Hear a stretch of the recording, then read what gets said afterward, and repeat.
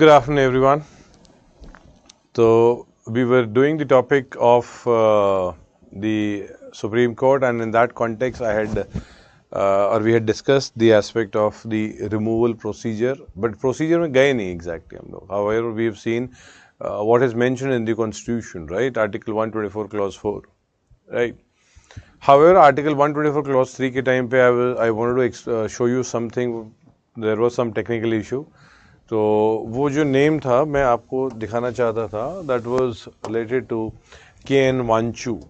ठीक है, there is इनके बारे में थोड़ा सा पढ़िएगा, कैलाश नाथ वांचू.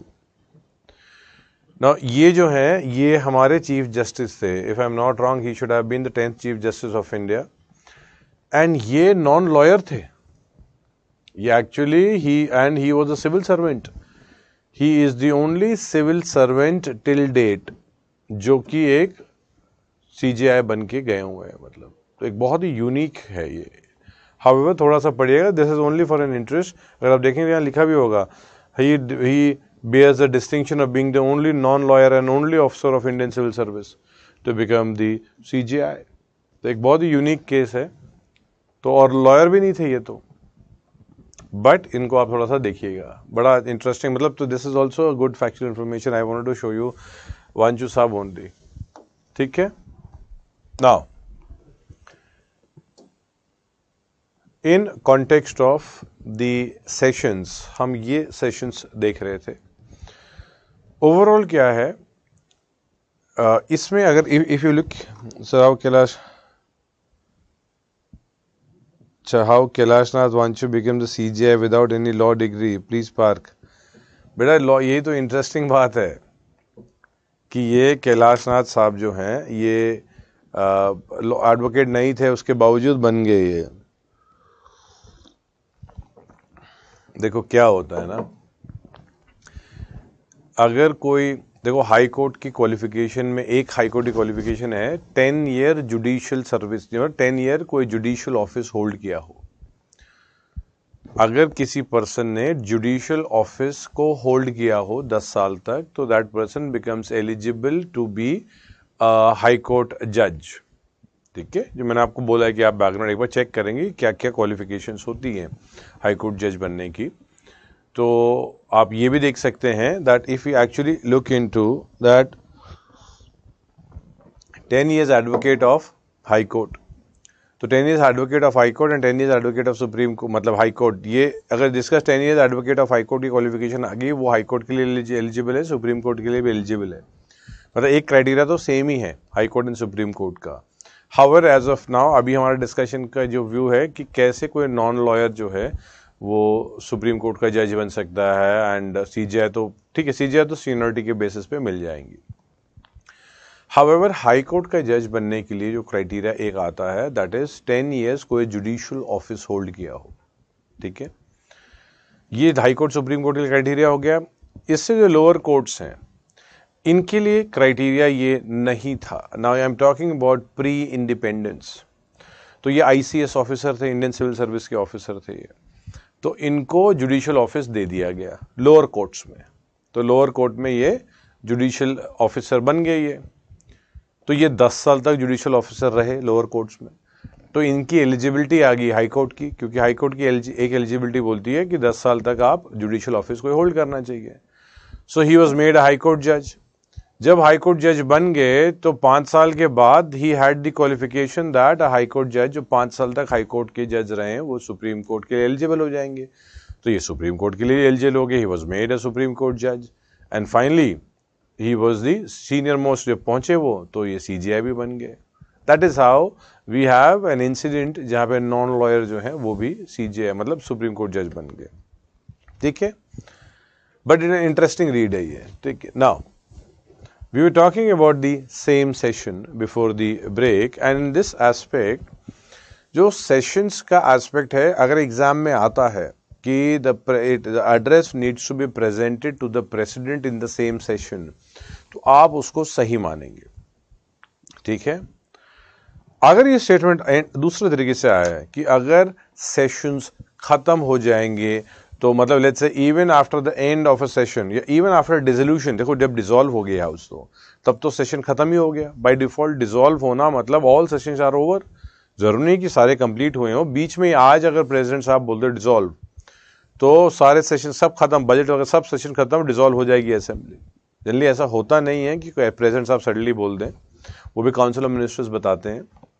हाउएवर जो ये एस्पेक्ट आएगा सेशंस का, इसमें अगर क्वेश्चन आता है कि even after dissolution the removal proceeding of the जज कंटिन्यूज, मतलब अगर हाउस डिसॉल्व हो जाए तो रिमूवल प्रोसीडिंग्स कंटिन्यू रहती है। तो देखो दो अलग अलग कॉन्ट्राडिक्टरी स्टेटमेंट हो गए। एक स्टेटमेंट बोलता है कि that it has been presented to the president in the same session, तो ये स्टेटमेंट सही है, क्लियर कट लिखा है संविधान में। However, I am saying that even if the house gets dissolved, तो भी रिमूवल कंटिन्यू हो सकता है। ये तो काउंटर हो गया, क्योंकि सेशन अगर डिसॉल्व हो गया हाउस तो सेशन तो खत्म ही हो गया। तो या तो ये गलत है या तो ये गलत है। एक्चुअली दोनों सही है। लॉ क्या है? लॉ है जो जुडिशरी बताती है। What is law? What judiciary says. Judiciary ने बोला एनजेएसी अनकॉन्स्टिट्यूशनल है, एनजेएसी हट गया। जुडिशरी बोलेगी कॉन्स्टिट्यूशनल है, हम बोलेंगे कॉन्स्टिट्यूशनल है। जुडिशरी बोलती है बेसिक स्ट्रक्चर, हम बोलते हैं बेसिक स्ट्रक्चर। जुडिशरी बोलती है कलीजियम, वी से collegium means basically what is the constitution, the final interpreter of the constitution is the supreme court. तो सुप्रीम कोर्ट जो बोलते हैं मानते रहते हैं, चलते रहते हैं उसी लाइन पे। Now because of this particular aspect the issue is that फिर ये ऐसा दोनों कॉन्ट्रडिक्टरी स्टेटमेंट आई क्यों? देखो क्या सीन था, till date there has not been any judge who has been removed from the High Court or the Supreme Court. आज तक कोई नहीं रिमूव किया गया। हाँ, there were cases, 3 जज थे, उनके ऊपर अलग अलग टाइम पे रिमूवल प्रोसीडिंग्स को इनिशिएट करने की बात हुई थी, रिमूवल प्रोसीडिंग इनिशिएट भी हुई थी। However, none could pass.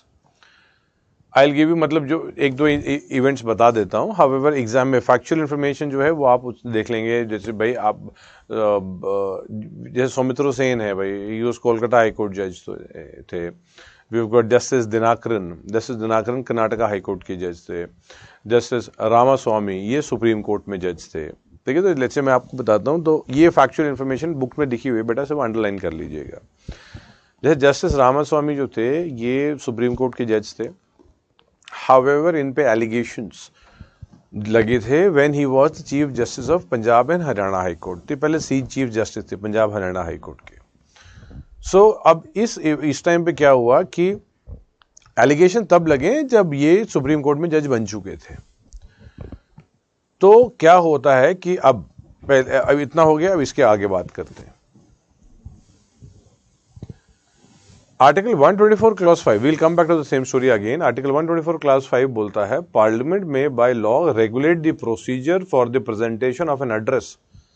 आपको देखो प्रूफ करना है, प्रूव्ड मिसबिहेवियर और इनकैपेसिटी प्रूफ करना है।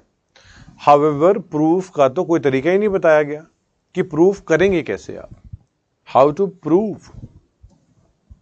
सो प्रूव कैसा करेंगे कि मिसबिहेवियर हुआ है या इनकैपेसिटी, ये एक लॉ के थ्रू होगा।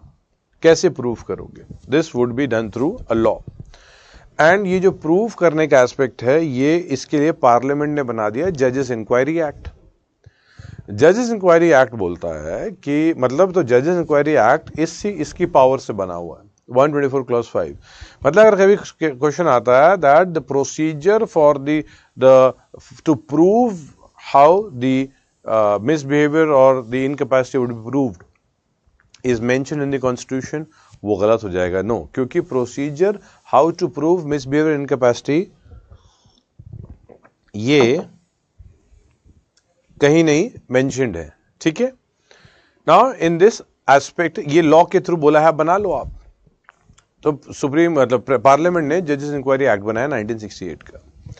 इसमें बोला कि पहले तो देखो 50 इन राज्यसभा और 100 इन लोकसभा, मतलब डिपेंड है आप कहां पे इंट्रोड्यूस कर रहे हो। मतलब सुप्रीम कोर्ट के हाई कोर्ट के जज को रिमूव करने के लिए आप मतलब सुप्रीम राज्यसभा या लोकसभा मर्जी है, कहीं पे भी आप इंट्रोड्यूस कर सकते हो इस एस्पेक्ट को। हाउएवर 50 राज्यसभा से बोलेंगे या फिर 100 बोलेंगे लोकसभा से। मतलब ऐसा नहीं है कि राज्यसभा में 50 बोलेंगे, फिर लोकसभा में 100 बोलेंगे? नो। जिस भी हाउस में इंट्रोड्यूस होने की कोशिश हो रही है, मान लो राज्यसभा में इंट्रोड्यूस हो रहा है रिमूवल के लिए बात, तो 50 राज्यसभा से बोल देंगे एमपीस जो होंगे कि हम भाई इसको सपोर्ट करते हैं, इस एस्पेक्ट को कि रिमूवल प्रोसीडिंग इनिशिएट की जाए। अब एक बार इंट्रोड्यूस हो गया राज्यसभा में, तो उसके बाद जब लोकसभा जाएंगे तो 100 लोगों की जरूरत नहीं है वो, क्योंकि सिर्फ इंट्रोडक्शन के लिए एक नंबर आपको चाहिए। अगर लोकसभा में रिड्यूस कर रहे हो तो लोकसभा में आपको 100 चाहिए। ये जजेस इंक्वायरी एक्ट में लिखा है, ये संविधान में नहीं लिखा। जिस भी हाउस में रिड्यूस हो रहा है उस हाउस के हेड के पास अपनी पावर है कि वो एक्सेप्ट करें इस बात को या ना एक्सेप्ट करें। जैसे आप समझो लोकसभा में मान लो 100 एमपी लिख के दे देते हैं दैट वी वांट दिस जज टू बी रिमूव्ड, इस पे रिमूवल प्रोसीडिंग्स आप इनिशिएट करो। स्पीकर हो सकता है मना कर दे, बोले कि नहीं करेंगे, मतलब ये power head of the house को दी हुई है। तो ये पीटी के लिए इंपॉर्टेंट हो जाती हैं चीजें ये कि वो ही मे नॉट एक्सेप्ट। तो फिर एग्जाम में सोचेंगे नहीं हो सकता, how can he reject if 100 has said no. Speaker और the head of the house has the power to reject the proposal also. अब अगर मान लो एक्सेप्ट कर लिया उन्होंने, तो जिस भी हाउस ने एक्सेप्ट किया है उसको, जिस भी मतलब लोकसभा में रिड्यूस होगा तो 100 लोग लिख के देंगे कम से कम, एंड स्पीकर ने एक्सेप्ट कर लिया, तो दैट इज लोकसभा ने रिड्यूस किया है इसको। तो वही हेड जो होंगे वो उस हाउस के हेड वो 3 मेंबर कमेटी सेटअप करेंगे, 3 मेंबर कमेटी। ये जो 3 मेंबर कमेटी है इसके एक जो मेंबर होंगे जो मतलब हेड होंगे, that will be the chief justice of India. मतलब ये एक इंक्वायरी कमेटी बनेगी, वो कमेटी में हेड होंगे the chief justice of India और अ सुप्रीम कोर्ट जज। ये और का सुप्रीम कोर्ट जज क्यों डाल दिया? क्योंकि हो सकता है सीजीआई को ही रिमूव करने के लिए प्रोसीडिंग इंट्रोड्यूस हो रही हो, तो उनके लिए सेपरेट नहीं, यही तरीका होगा। तो या तो सीजीआई होंगे या तो सुप्रीम कोर्ट जज होंगे एक मेंबर। दूसरे मेंबर होंगे एक chief justice of a high court, कोई भी हाई कोर्ट का चीफ जस्टिस हो, मतलब कोई स्पेसिफिक नहीं है यही हाई कोर्ट होगा, कोई भी हाई कोर्ट का चीफ जस्टिस। तीसरे होंगे एक डिस्टिंग्विश्ड जूरिस्ट। ठीक है, ये 3 मेंबर कमेटी बनेगी, ये 3 मेंबर कमेटी इन्वेस्टिगेट करेगी। जब ये इन्वेस्टिगेट करने के बाद लाके बोलेंगे कि हम मानते हैं इन्होंने गलत काम किया है, तब माना जाएगा प्रूव्ड मिसबिहेवियर इनकैपेसिटी हुई है। उसके बाद वोटिंग होगी फिर लोकसभा राज्यसभा में, जब ये जो टाइप की मेजॉरिटी ऑफ द वोटिंग चाहिए, that is support by majority of the total membership. मतलब उन्होंने इंक्वायरी करके लाके दे दिया सब कुछ और बोला हाँ भाई ये गिल्टी है हमारे हिसाब से, then this voting aspect would start. Now, in the case of Justice Ramaswamy, this committee which was set up found him unanimously guilty. मतलब तीनों ने बोल दिया हाँ भाई ये तो प्रूव्ड मिसबिहेवियर है इनका, he has done financial irregularities। तो ये हो गया। इसके बाद क्या हो गया कि असेंबली हाउस डिसॉल्व हो गया। हाउस डिसॉल्व मतलब न्यू इलेक्शंस की बात होगी। न्यू गवर्नमेंट ने इनको रिमूव करने की प्रोसीजर कंटिन्यू नहीं किया। So it was asked that why the removal proceedings is not continuing. तो the government had given the argument that 124 clause 4 बोलता है कि it has to be ended in the same session और it has to be given to the president in the same session. So supreme court said removal proceeding would continue even after dissolution. इसी की वजह से removal proceedings खत्म होने के, house dissolve होने के बावजूद भी चलती रहती है। फिर removal proceeding of justice Ramaswamy को कंटिन्यू किया गया। हाउएवर वो उनको वोट नहीं मिले। वोट मतलब देखो आपको 2/3 आपको चाहिए प्रेसिडेंट वोटिंग, तो 50% +1 ऑफ द टोटल मेजोरिटी का आपको चाहिए, एंड 2/3 प्रेसिडेंट वोटिंग आपको चाहिए। You require this number. तो just because committee has said this कि ये हैं proved misbehaviour, however you still require percentage of votes, इनको अगेंस्ट इतने वोट्स नहीं मिले, that's the reason he could not be removed. तो that is a sad state of affairs that somebody who's been found guilty, उनको नहीं निकाला गया। मतलब उनको he should have been imprisoned और ही शुड हैव बीन, मतलब उनकी पेंशन बंद हो जानी चाहिए थी, या ही शुड हैव बीन मतलब उनके टाइटल हटा देना, टाइटल मतलब एक्स सुप्रीम कोर्ट जज, ये सब कुछ ना कुछ पनिशमेंट होनी चाहिए थी। हाउएवर उनका रिमूवल प्रोसीडिंग कंटिन्यू नहीं हो पाया। तो दैट्स नॉट राइट, क्योंकि ये प्रूव हुए हैं, तीनों ने प्रूव किया है, मतलब तीनों ने माना है। एक होता है एक बोले कि भाई किया है, दो बोलते नहीं किया है, तब तो बात अलग आती है। कुछ तो इशू है, या दो ने बोला एक ने नहीं बोला, तो थोड़ा आर्ग्यूमेंट आप बोल सकते हो कि ग्रे एरिया हो सकता है, एक आदमी का हेर फेर हो रहा है. However, all three are saying yes, he's done it, but नहीं किया. Justice Dinakaran साहब क्या था, he was Chief Justice of the Karnataka High Court, and his name was also given for elevation to Supreme Court. Now, as his name came out that his name is being looked at for the recommendation to the Supreme Court, तो एकदम से news में आया कि इनका नाम कहीं land grab में आया हुआ है. लैंड ग्रैब मतलब इन्होंने कहीं से कोई लैंड हथियाया है, मतलब he taken control of certain land which is and control is illegal. Some news had come, so एकदम से इशू बन गया दैट हाउ और why are we sending somebody who is been tainted. Allegations लगी है तो कुछ तो होगा, not necessarily he may not be guilty also. However there was some issue. Now the land was there in the state only, and he was the Chief Justice of that state. So what was done? He was transferred as the Chief Justice of Sikkim. So he was made the Chief Justice of Sikkim. Now, as per Judges Code of Conduct, or the aspect for the judges is transfers cannot be given as a punishment. बहुत बार होता है जैसे services में somebody is transferred, वो क्या होता है, वो पनिशमेंट मिल गई, पनिशमेंट ट्रांसफर हो गया. जैसे था few months back, you all might have read the news wherein 2 IS officers in the evening used to shut down the whole stadium altogether so that they could walk with their dog in Delhi.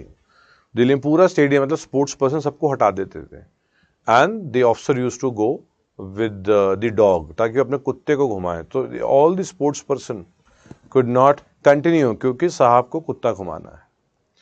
Now this news came out. So the next day itself, these both IS officers were transferred. One was sent to Ladakh, another was sent to Arunachal Pradesh. So this was clearly punishment posting. Now the point is, when we punish people like this, and judiciary में ये मना है कि you will not punish a person as a let's say punishment posting नहीं मिलेगी, because the problem is, let's say somebody who's been tainted, you are removing him, it's not been proved. However, some allegations आई है, and you are sending that person to Sikkim as a Sikkim High Court Chief Justice. So the people of Sikkim may be uncomfortable, right? वो भी तो uncomfortable हो सकते हैं. However, later on, Justice Dinakaran resigned. मतलब procedure could not continue because he resigned. He was already ex-High Court judge. He resigned by saying that I don't want to go in bad name. I have not done anything wrong. However, अब ये problem आ रही है तो मैं खुद चला जाऊंगा मैं. Even today, I am of the opinion, if he was not guilty, तो there should have been an investigation और नाम clear होना चाहिए था that he is not guilty. Everybody requires a closure. Unnecessarily उनका नाम आता है that he was there was a view and even the procedure इनके लिए try कर रहे थे कि to be removed. But ये गलत बात होगी ना. If he is not guilty, who knows? Without investigation, how can we say that he was the one? See, for Justice Ramaswamy, we can always say yes, he was the one जिनको तीनों ने committee ने बोला guilty. However, for him, we can't say like this because there was no investigation which had happened. तो इनका होना चाहिए था, and then if found guilty, he should have been punished. वो भी बात अलग है.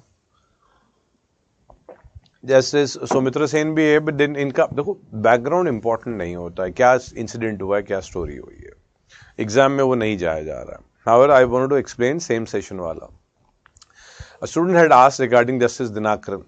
भाई जस्टिस दिनाकरन का तो जस्ट बिकॉज समबडी कोई न्यूज़ में आ रहे होते हैं तो देखो अननेसेसरली इधर उधर वो ज़्यादा सर्च करने की ज़रूरत नहीं होती है बहुत चीज़ों में, क्योंकि देखो नॉलेज बहुत ज़्यादा अवेलेबल है. However, you can't read everything, so you'll have to restrict कि क्या देखना है क्या नहीं देखना है. But still, जस्टिस दिनाकरन का जस्टिस सौमित्र सेन का मैं आपको बताता हूँ. However, we would always be very much linked कि एग्जाम से इधर उधर का एस्पेक्ट नहीं होना चाहिए. And why am I explaining with Justice Karnan actually, to be precise? Because I don't want you to make mistakes wherein you put his name under the removal, that Justice Karnan removal proceedings की context में. No, Justice Karnan का वो case ही नहीं है. Justice Karnan was a Madras High Court judge. ठीक है, south में मतलब कोई हाई कोर्ट में जज थे. However, there were certain issues with his day-to-day behavior. Some issues were there. There were instances where he had entered into different courts saying that I would hear this case. There were certain issues.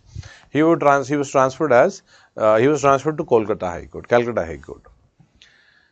वहाँ पे भी similar कुछ ना कुछ issues आते रहे. So Supreme Court asked the government to get him medically tested. थोड़ा सा कि शायद कहीं ना कहीं दिक्कत है. That used very decent, बहुत काम आराम टर्मिनोलॉजी यूज की थी उन्होंने. And they asked the government को बोला थोड़ा सा इनको टेस्ट कराएं, पता लगे there is some problem or not. He was a serving Calcutta High Court judge. When he got to know that this thing has been said by the Supreme Court, so he ordered the Delhi DGP. First of all, Delhi has no DGP concept. Delhi में commissioner है. He ordered the DGP to bring in front of him the Supreme Court judges. So, मतलब Supreme Court के judges को उठा के यहाँ लेके आओ. That is what the Justice Karnan basically had ordered. आप सोचो, हाई कोर्ट का जज ऑर्डर कर रहा है कि सुप्रीम कोर्ट के जजेस को लेके आओ मेरे पास. Then a 7 judge bench of Supreme Court. 7 judge बहुत बड़ी बात होती है. 5 judge it's a constitutional bench. 7 judge बैठे, मतलब it was a constitutional bench sat and finally held him guilty of contempt. He became the first serving high court judge who's been convicted for contempt. और उनको सजा हुई. ठीक है, तो इसलिए जस्टिस कर्नन न्यूज में आते रहते हैं बीच बीच में. But it is not the procedure for removal का कॉन्टेक्स्ट नहीं है वो. कुछ टाइम पहले फिर से न्यूज में भी आए थे because that he had apologised that and he had asked for pardon also from the president के लिए लेटर लिखा था कि मुझे पार्डन कर दिया जाए. तो you will never use justice Karnan name in the context of removal. ठीक है, इनका कंटेम्प्ट का aspect. Then he was found guilty also of contempt. What is contempt वो देखेंगे आर्टिकल 129 का डिस्कशन में. That is a separate discussion. ठीक है. Now, sir, if the adjournment sine die has happened, is it the speaker who will end the adjournment? Yes, adjournment sine die को वो speaker ही बुलाते हैं वापस से sine die and the continuation of the session. Yes, because house को adjournment किया फिर से बुला लो, adjournment sine die किया फिर से बुलाएंगे, speaker ही बुलाएंगे ये. ठीक है. Seniority means experience and how we measure the experience of bar council elevated when member is Supreme Court. Sir, seniority means experience is how we measure the experience of bar council elevated members in Supreme Court. बेटा अगर कोई बार से बन के आया, बार मतलब 10 साल का उनका सुप्रीम कोर्ट का मतलब 10 साल हाई कोर्ट के वो एडवोकेट रहे, तो किसी न किसी बार से वो रजिस्टर तो होंगे बार काउंसिल कहीं ना कहीं. तो जब भी वो सुप्रीम कोर्ट में एंटर करेंगे फिर उस दिन से काउंट किया जाएगा ना, डेट उनकी है. सीनियोरिटी तो वहाँ से काउंट की जाएगी, not in the counting of from the bar. जिस दिन सुप्रीम कोर्ट के जज बनेंगे फिर काउंटिंग स्टार्ट हो जाएगी उनकी. 1 day 2 day 3 day 1 year experience 2 year experience in supreme court. Supreme court में जो जजेस बनाए जाते हैं उसमें हाई कोर्ट का जो 10 years का एडवोकेट है, इट्स नॉट कि 20 years के एडवोकेट को पहले मौका मिलेगा 10 years को नहीं. 10 years जो एडवोकेट बन गया हाई कोर्ट का एंड कोई 30 years से एडवोकेट है ऑफ हाई कोर्ट, दोनों ही एलिजिबल है अगर एज कैटेगरी में वो फिट होते हैं तो दे बोथ आर एलिजिबल. और हो सकता है 10 साल वाले को बना दे, 30 वाले को नहीं बनाए. हाउर सीनियरिटी काउंट होगी जब आप सुप्रीम कोर्ट में जज जिस दिन बन जाओगे आप, then the date would be counted. ठीक है. Please explain the concept of contempt of court in easier way. बेटा कंटेम्प्ट का टॉपिक आर्टिकल 129 है, वो आएगा आगे, आएगा. वेट, हैव पेशेंस बेटा. ठीक है. कंटेम्प्ट पीटी में भी पूछ सकते हैं, मेंस में भी पूछ सकते हैं, डिस्कशन है इसके ऊपर, डोंट वरी. जस्ट बिकॉज वो देखो भाई उन्होंने बोला ना कि wait for things to come. Once topic complete होता है पूरा, दैट इज जुडिशरी कंप्लीट होगी, स्टिल फेल कि ये टॉपिक तो ये नहीं पता because there are lot of things जो आगे आने वाली होती है. I would explain you all the things. ठीक है. मतलब 124 clause 4 talks about removal, 124 clause 5 talks about the procedure to prove misbehavior or incapacity. ठीक है. तो heading is article 124 clause 4. 124 clause 4 सामने लिखिए removed by president. Removed by president bracket में वैसे लिख सकते हो हाई कोर्ट ऑल्सो, मतलब हाई कोर्ट जज वो भी रिमूव्ड बाय प्रेसिडेंट ही होते हैं. नेक्स्ट लाइन पे लिखिए after an address is passed by after an address is passed by each house, after an address is passed by each house by a special majority by a special majority and presented to the president in the same session same session को underline कर लो in the same session bracket में लिखिए total membership of the house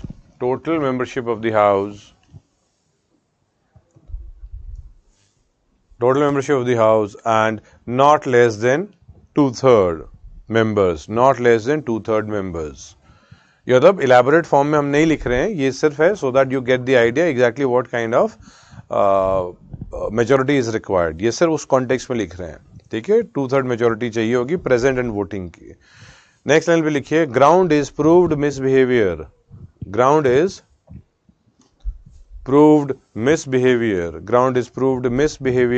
और incapacity ठीक है. Next line पे लिखिए article 124 clause 5 सामने लिखिए procedure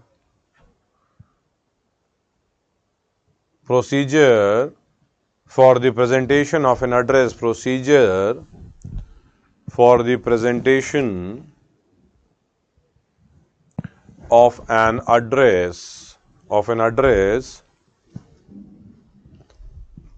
and for the investigation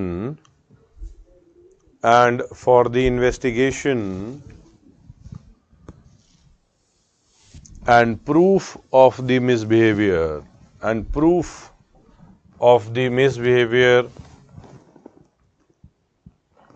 or incapacity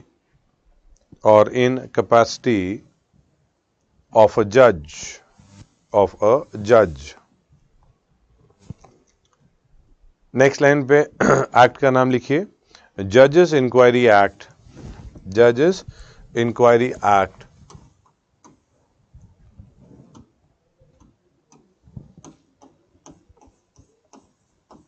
1968. जजेस इंक्वायरी एक्ट 1968. इंक्वायरी जो है ना उसको ब्रैकेट में डाल देना, मतलब जजेस फिर इंक्वायरी एक्ट 1968. ठीक है, राइट डाउन. नेक्स्ट लाइन पे द प्रोसेस फॉर रिमूवल. अब ये एक्ट के अंदर के फीचर्स लिख रहे हैं हम लोग. ठीक है, the process for removal under the act does not lapse. Underline करो does not lapse को. Does not lapse on the dissolution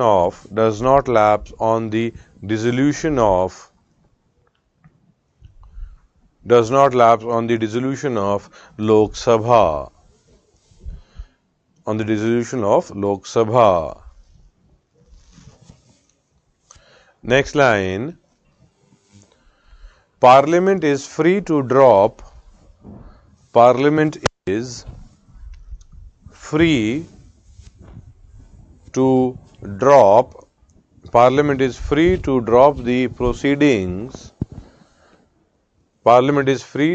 the proceedings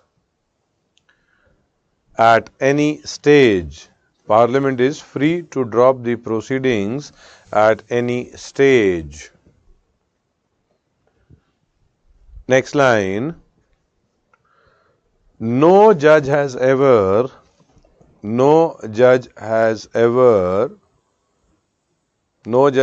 been removed so far.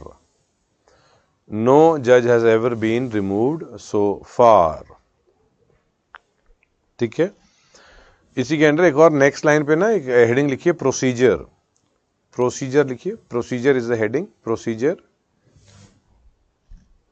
Below procedure write down 100 from Lok Sabha और 50 from Rajya Sabha. 100 from Lok Sabha और 50 from Rajya Sabha. 100 from Lok Sabha और 50 from Rajya Sabha. Next line, head of the house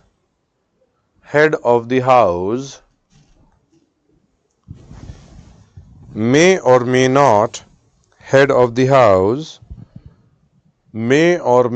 accept. Head of the house may or may not accept. Next line.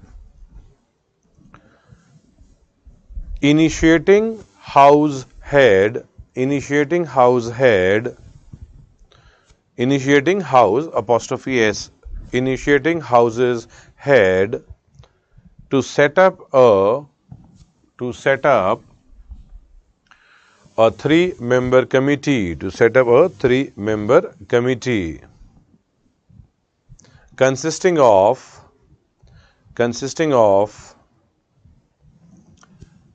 CJI oblique Supreme Court judge, CJI oblique Supreme Court judge, comma, Chief Justice of a High Court,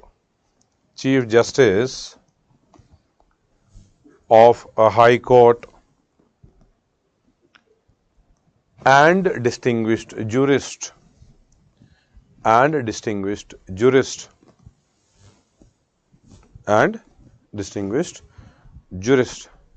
ठीक है? This is what the aspect is in terms of the discussion related to Article 124 Clause 5 also. So you've seen 124 Clause 4, 124 Clause 5. ठीक है? 124 Clause 6 लिखिए next. 124 Clause 6. तो 124 Clause 6 is oath. ठीक है? Oath by the President.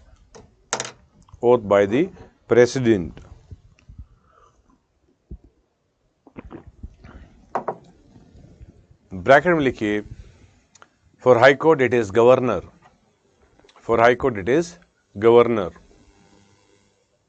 ठीक है?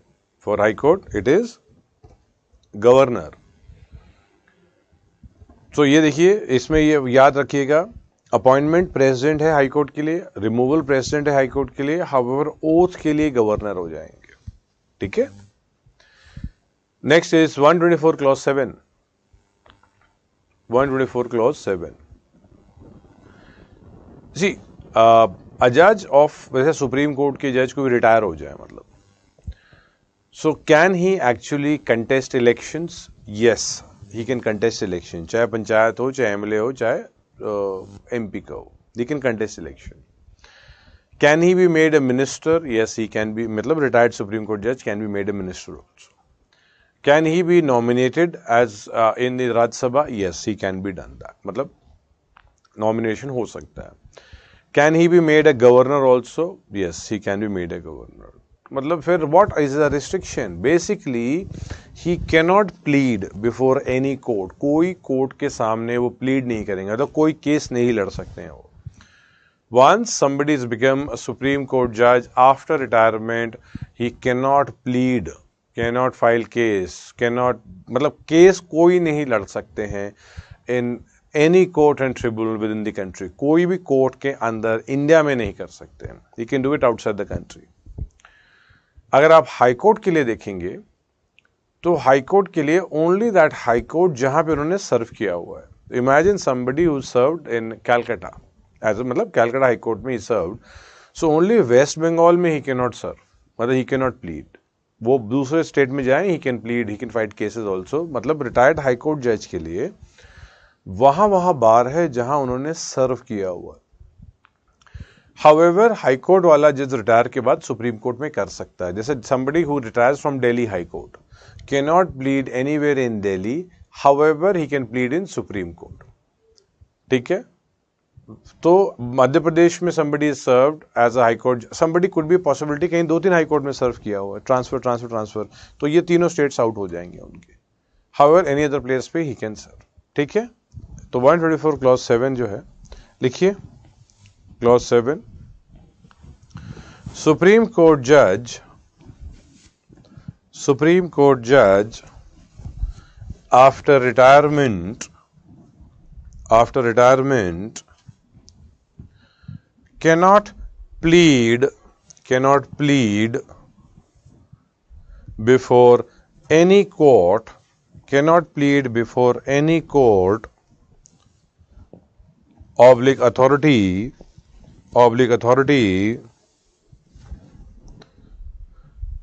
within the territory of India, within the territory of India, full stop. Next line पे ना ब्रैकेट में लिख लो, ब्रैकेट में राइट डाउन, हाई कोर्ट जज आफ्टर रिटायरमेंट, हाई कोर्ट जज after retirement cannot practice in the territory of the state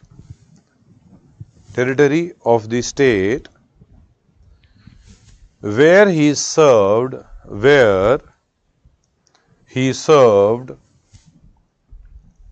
as a high court judge, full stop. Continue. He can plead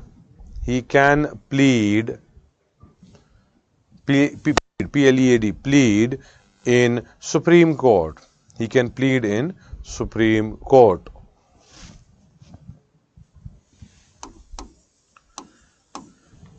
ठीक है. Next article is Article 125. So 124 पूरे complete हो चुके हैं. Clause 1 अगर हमने देख लिया तो Clause 1 talks about the strength of Supreme Court. Clause 2 talks about, and see when I'm saying just don't hear it, आप अपने दिमाग में भी उसका आंसर खुद से देना. So 124 Clause 1 talks about the strength. Clause 2 talks about the appointment. Clause 3 talks about the, आप मतलब try कि Clause 3 क्या होगा, तो that is qualification. Clause 4 talks about the removal. Clause 5 talks about the procedure for removal. Clause 6 talks about the oath. Clause 7 talks about that after retirement cannot plead before any court. ठीक है, ये तो पूरा हो गया. Now we don't need to go clause wise. However, in polity there would be certain areas जहाँ clause wise जाना होगा. We would look into that. Now, when we look at the Article 125, I'm going to explain you many things जो कि 125 के अंदर नहीं भी है. However, we'll have to understand it together. आपको कॉन्सेप्ट याद होना चाहिए. इसको ये याद नहीं करना कि ये 125 के अंदर क्या क्या. हाँ, 125 is related to Supreme Court. So Supreme Court के कॉन्टेक्स्ट में जो मैं लिख रहा हूँ, particularly Supreme Court judges. That's it. वही इस 125 के कॉन्टेक्स्ट में है. However, I'm going to explain you the other things also, जो कि Supreme Court के साथ High Court के, Supreme Court के ऑफिसर्स के बारे में भी है, High Court के ऑफिसर्स के बारे में भी, Supreme Court के जगह High Court के जजेस के बारे में भी है. ठीक है. तो आर्टिकल वाइज इसको नहीं है, ये आपको ओवरऑल समझ में आना चाहिए कि क्या सैलरीज एंड अलाउंसेस की बात हो रही है. ठीक है. तो देखो हमारे पास, आप देखो सैलरीज अभी लिखना मत, मैं बता दूंगा. सैलरीज ऑफ सुप्रीम कोर्ट जजेस होगी, वैसे ही पेंशन ऑफ सुप्रीम कोर्ट जजेस होगा ही होगा. Salaries of officers and servants of supreme court होंगे. Pension of officers and servants of supreme court होगी. सैलरीज ऑफ हाई कोर्ट जजेस होगी.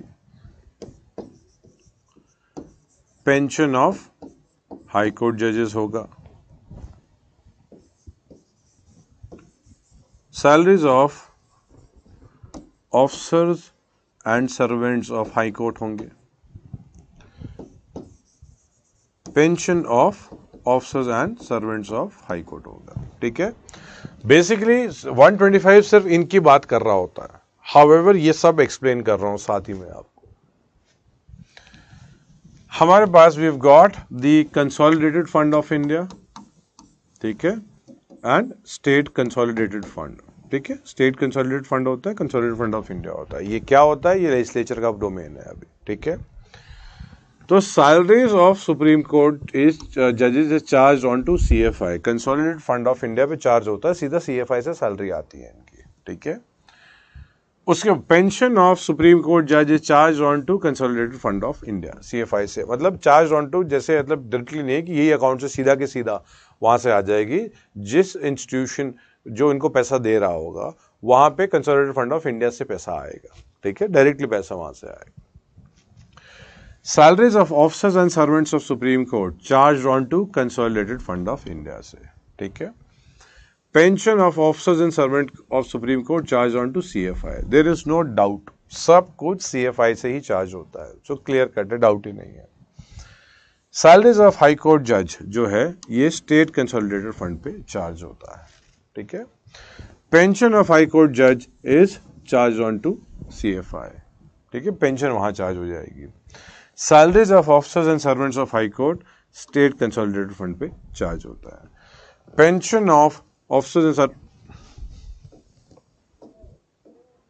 Pension of officers and servants of high court जो है स्टेट कंसोलिडेटेड फंड पे charge होती है, ठीक है। So I explain it to you all together, इसके लिए बिकॉज ऑफ ये जो कॉन्टेक्स्ट आता है। तो वेन एवर क्वेश्चन है कि what all things are charge on to CFI और स्टेट कंसोलिडेटेड फंड, तो कॉमा में ट्राई टू कॉन्सेंट्रेट कि पेंशन तो कहीं नहीं लिखा है, because if the term is pension is use तो पूरा गेम डिफरेंट हो सकता है, ठीक है। वाई, देखो ये कॉन्सेप्ट भी ऐसा क्यों है इसको मैं बताता हूँ। हाई कोर्ट में आप समझो today somebody serving in Calcutta high court के जज है, तो यस वेस्ट बंगाल से स्टेट कंसोलिडेटेड फंड से पैसा उनको मिल जाएगा सैलरी। अब कल को वो सिक्किम चले गए तो सिक्किम जो स्टेट होगा वो पे कर देगा उनके लिए। राजस्थान चले गए, राजस्थान वुड पे। ना imagine that from Rajasthan he takes the retirement, वहां से रिटायरमेंट हो गया 62 के हो गए, अब मतलब हु शुड टेक, उनका पेंशन कौन देखेगा? क्या राजस्थान देखेगा स्टेट? बट हो सकता है उन्होंने एक ही दिन काम किया वहां पे, हो सकता है एक दिन के बाद रिजाइन ही कर दिया उन्होंने। So why should Rajasthan take care of their मतलब हिज सर्विस, वो मतलब पेंशन। फिर एक इशू आता है भाई तीनों में डिवाइड करो आप, जहां जहां सर्व किया है, तो वेस्ट बंगाल भी पे करेगा, सिक्किम भी पे करेगा, राजस्थान भी पे करेगा, परसेंटेज का फाइट हो जाएगा। आपके यहाँ 200 दिन सर्व किया है, मेरे लिए 5 दिन सर्व किया, एल पे दिस मच, हर बारी रेशियो इंक्रीज जो होगी वो दिक्कत है। तो इसके लिए पेंशन सीधा CFI में चार्ज हो जाती है, कोई डाउट ही डिस्प्यूट ही नहीं आएगा। Pension of officer and servants of high court फिर ये क्यों नहीं किया जाता? Because officers and servants of high court जो होते हैं they join the same high court, they retire from the same high court. ऐसा नहीं होता कि they join as high court servants and then बाद में सुप्रीम कोर्ट में सर्वेंट बन जाएंगे, no. Supreme court would hire its own officers and servants, अपना खुद का सेपरेट एग्जाम उनका कंडक्ट होगा। High court would have it's own officers and servant, अपना खुद का उनका एग्जाम होगा। वो ये कभी ये नहीं हो जाएगा कि ये यहां से वहां प्रमोट हो जाएंगे, नहीं, एक प्रॉपर सेपरेट तरीका होता है। तो अगर कैलकाटा हाई कोर्ट किसी ने ज्वाइन किया है तो वहीं से रिटायर होंगे, तो ये डिस्प्यूट आता ही नहीं है ये, ठीक है। वैसे salaries and salaries of officers और जो सैलरीज जो ये बाकी आर्टिकल 146 का है सेम चीज, 146 में भी पहुंचेंगे। हाउएवर सुप्रीम कोर्ट के जजेस की सैलरीज पेंशन जो है CFI में चार्ज होती है। ये इनके अपॉइंटमेंट के बाद आप कम नहीं कर सकते हो। मतलब आज अगर किसी को 2 लाख रुपए मिल रहे हैं for example, so it would continue to be 2 lakh once he is appointed।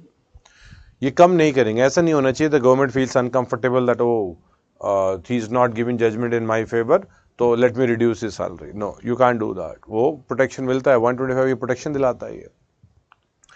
Also इनकी सैलरी कम नहीं की जा सकती है। अगर ये स्टेटमेंट है सैलरीज ऑफ जजेस कैन नॉट बी रिड्यूस, तो this statement is right. However, if the statement is salaries of judges can never be reduced, this statement would be wrong because when financial emergency is there, article 360 जो कि हम देखेंगे 2-3 दिन में या कुछ दिन में, उसके हिसाब से the aspect of let's say salaries of these officers or the Supreme Court judges can also be reduced if financial emergency is there। तो ये मतलब आएगा, अगर स्टेटमेंट आती है salaries cannot be reduced, आप सही मानोगे, yes salaries of judges cannot be reduced। ये एक जेनरिक स्टेटमेंट है, ये एब्सोल्यूट स्टेटमेंट नहीं है। कैन नेवर बी रिड्यूस्ड, फिर एब्सोल्यूट स्टेटमेंट है, देन तो आएगा नहीं, under financial emergency it can be reduced. तो पहले तो ये बना लीजिए बेटा, it will help you, you make it, इसको बनाइए आप।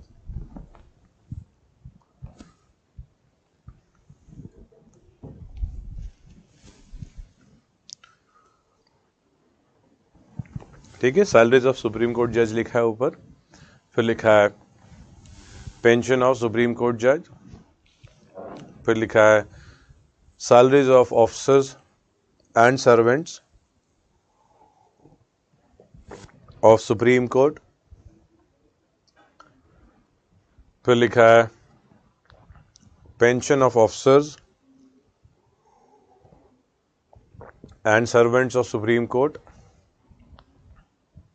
ठीक है। उसके नीचे लिखा है सैलरीज ऑफ हाई कोर्ट जजेस, फिर है पेंशन ऑफ हाई कोर्ट जजेस,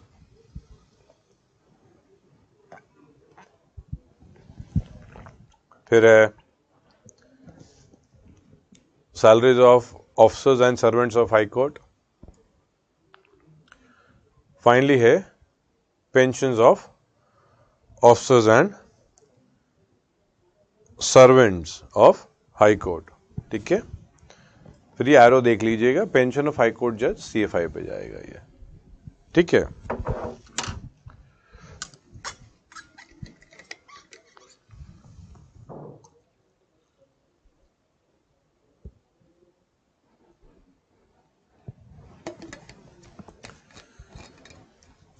लिखिए, right down on the next line, next line लिखिए सैलरीज प्रिविलेजेस एंड अलाउंसेस, मतलब सेम आर्टिकल डिस्कस हो रहा है 125, salaries comma privileges and allowances are determined by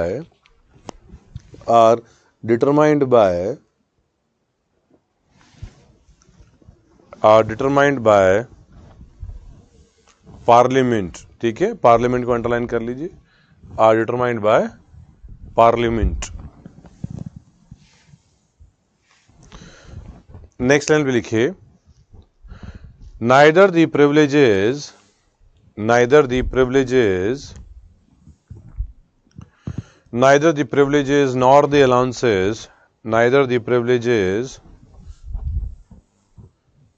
nor the allowances of judges, neither the privileges nor the allowances of judges shall be varied, varied, shall be varied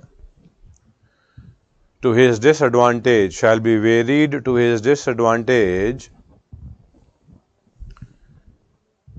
after his appointment,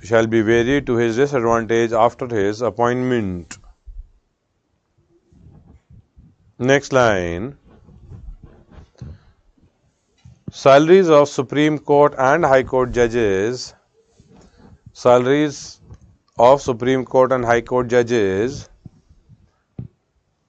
can only be reduced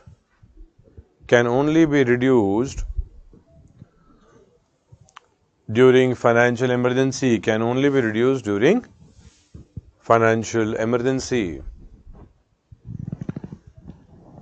ठीक है। So statement आपको बता दिया, salaries of high court supreme court जजेस can not be reduced, full stop. ये statement सही मानी जाएगी, ठीक है, क्योंकि वो वही तो प्रोटेक्शन है इनकी जजमेंट सैलरीज नहीं रिड्यूस की जा सकती है, बट नहीं रिड्यूस की जाएगी कभी भी, फिर बात आ जाएगी, ठीक है। और क्या क्वेश्चन है, why is this restriction that they can't plead in their own country? बेटा ये रिस्ट्रिक्शन इसलिए है to maintain the dignity of the supreme court.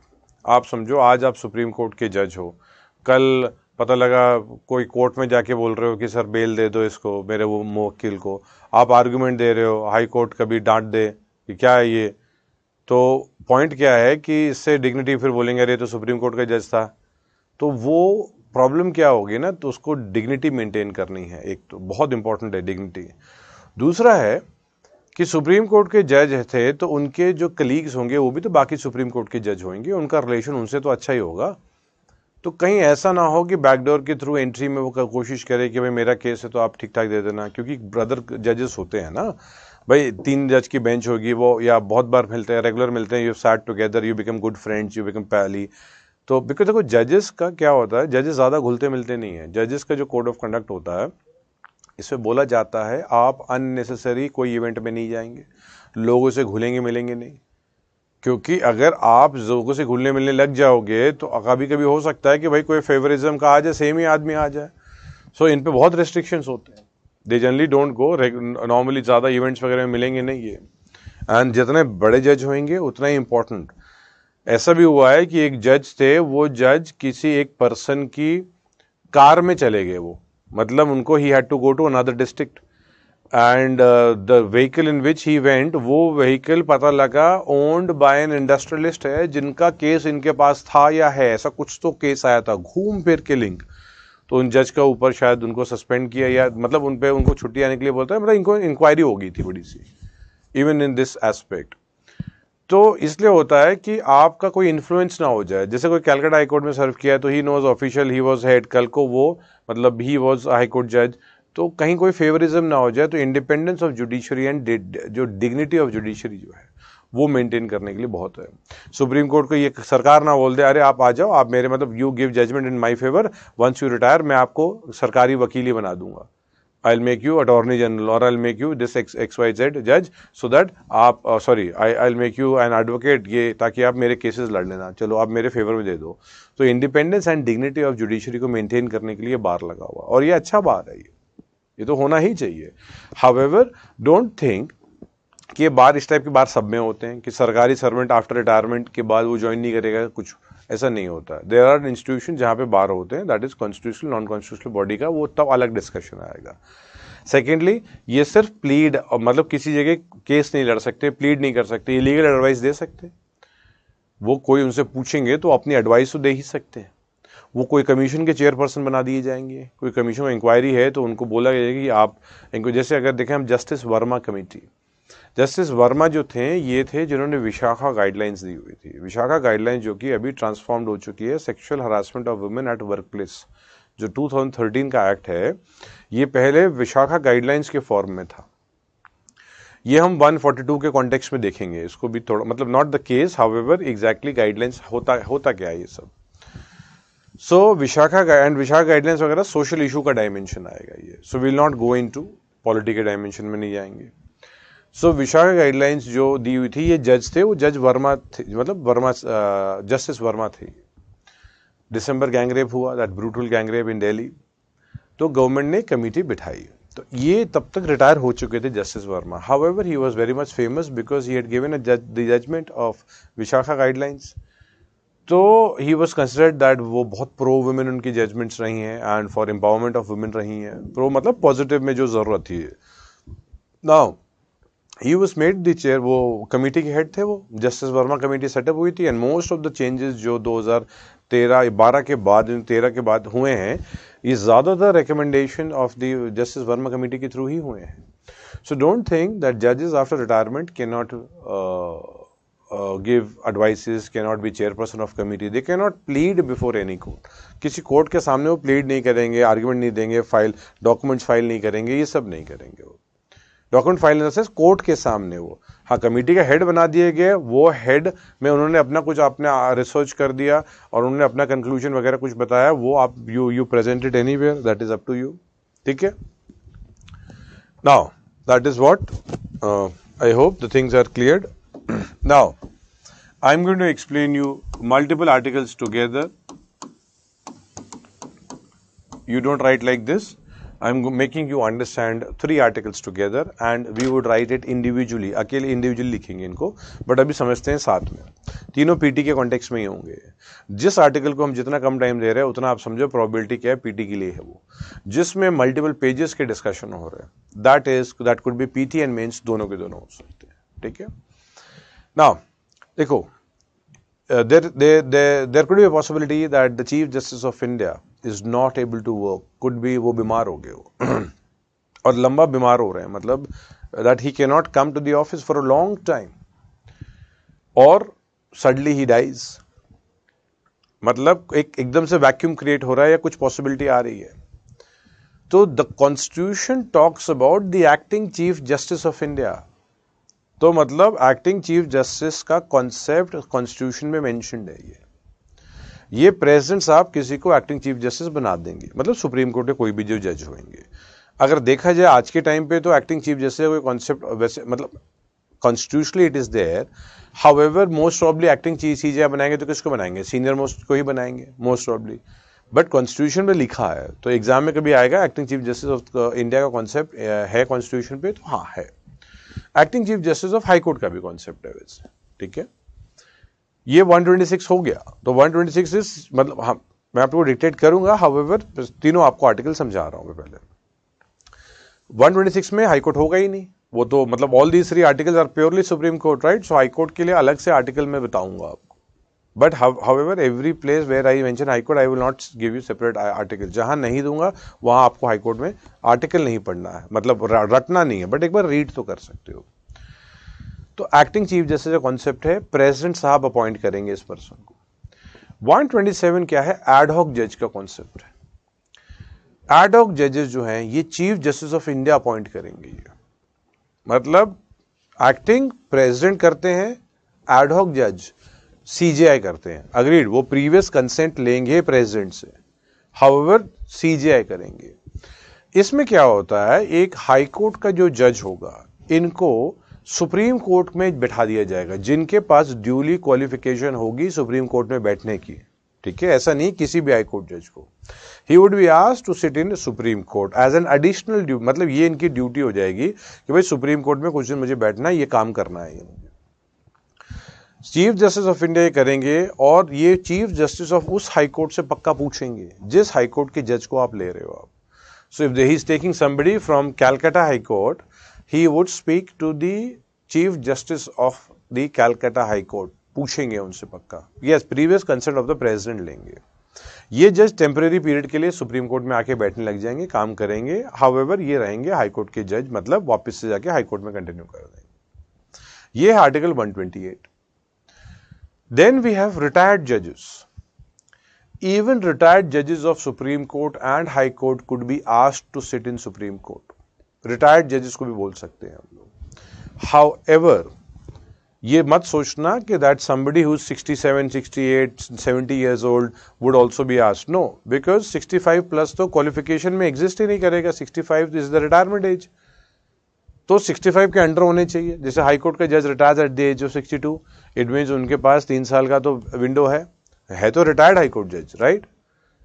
But उनको बुलाया जा सकता है सुप्रीम कोर्ट में जिनके ड्यूली क्वालिफिकेशन हो। There could also be a possibility a supreme court जज शायद रिजाइन कर दे, वो 62 पे ही रिटायरमेंट ले ले, वो 63 पे रिटायरमेंट ले ले। सो अ रिटायर्ड जज may also be called to sit in the supreme court, बुलाया जा सकता है, ठीक है। यहां पे भी चीफ जस्टिस ऑफ इंडिया करते हैं ये, agreed with the previous consent of the president. जिन पर्सन को बुला रहे हैं उनकी सैलरी जो है ये प्रेसिडेंट डिसाइड करते हैं ना। वाई यहां पे प्रेसिडेंट को ऐड किया गया, क्योंकि देखो जब एक्टिंग सीजीआई कोई बन गया है तो जो सैलरी सीजीआई को मिलती है उतने दिन उनको सैलरी मिल जाएगी। एडहॉक जजेस आप ले आए हाई कोर्ट से supreme court, say somebody sits for a month, so 1 महीने की सैलरी जो हाई कोर्ट के जज की सुप्रीम कोर्ट के जज की होगी वो उनको ऐड हो जाएगी, कोई दिक्कत नहीं। However when you are asking a retired जज of supreme court to come and sit, तो एक तो उनको पेंशन तो मिल ही रही है because he is retired supreme court जज और हाई कोर्ट जज, now you have called him, तो जो ये क्या मनी उनको देना चाहिए, what all things needs to be given, ये प्रेसिडेंट साहब डिस्कस करेंगे, मतलब ये डिसाइड करेंगे ये, ठीक है। तो I have told you 3 things.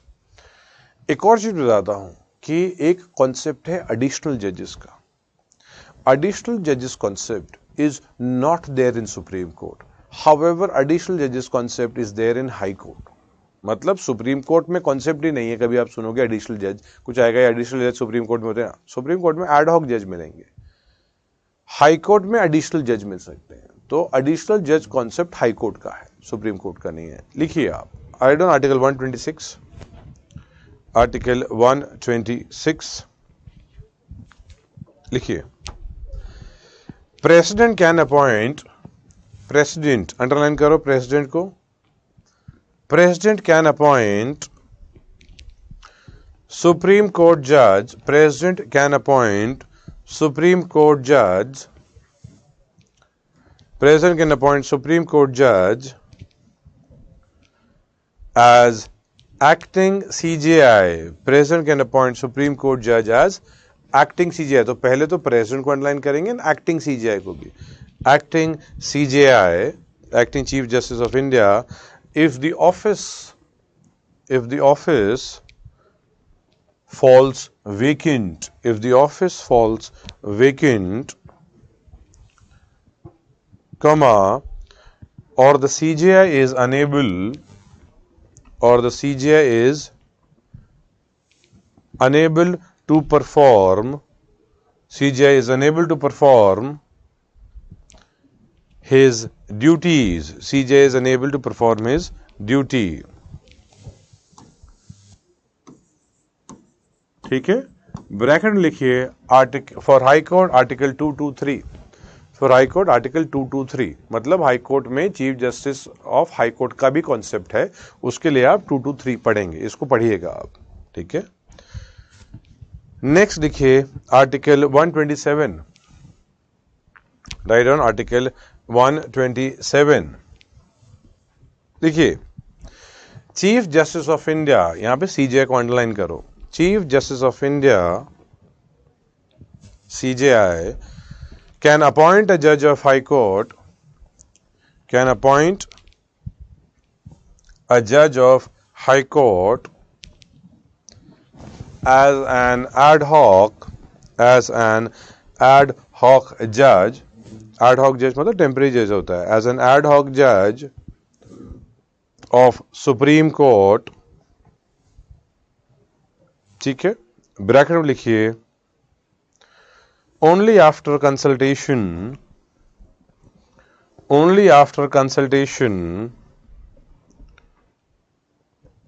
with the chief justice, only after consultation with the chief justice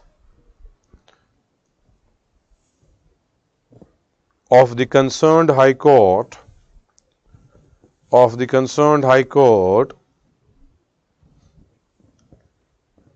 and with the previous consent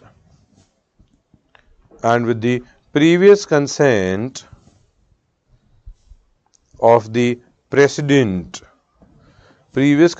the president, ठीक है, ब्रैकेट में लिखिए 224 के सामने लिखिए, ब्रैकेट में लिखिए 224, right on, President may appoint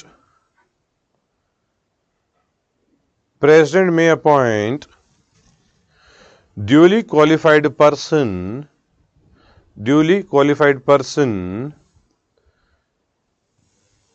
to be additional judges,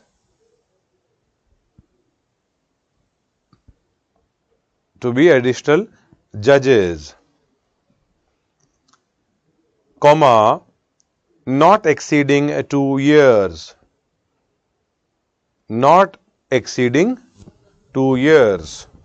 मतलब 2 साल से ज्यादा टाइम के लिए आप एडिशनल जज कॉन्सेप्ट को नहीं लेके आ सकते हो, ठीक है, मैं आपको दिखा देता हूं,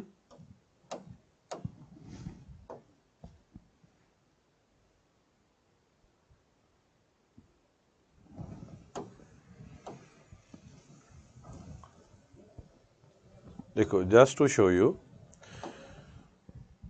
223 मैंने बोला था appointment of acting chief justice, ठीक है, तो ये कौन कर रहा है, प्रेसिडेंट साहब कर रहा है, आई हैव टोल्ड यू, क्लास के बाद देखिएगा।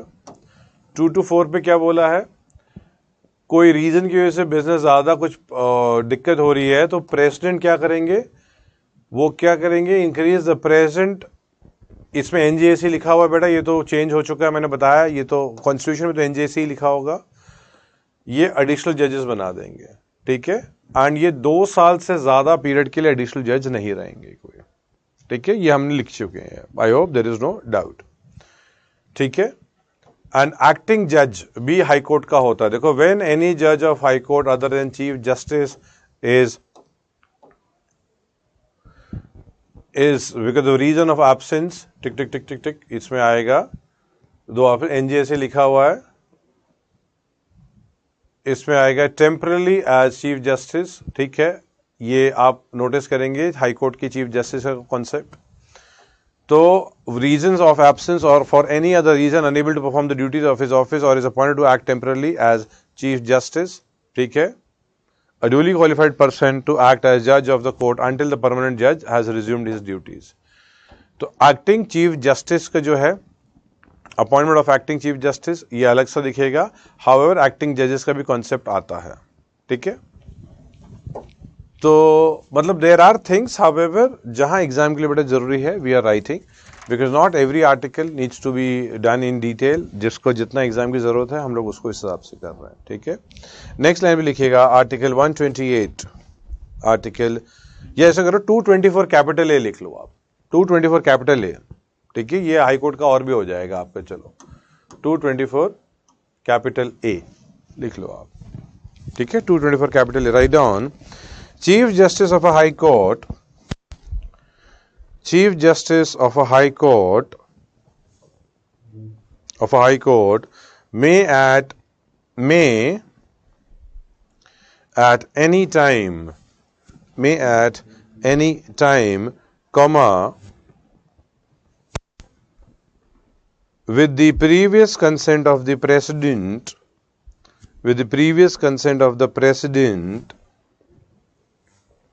comma, request any person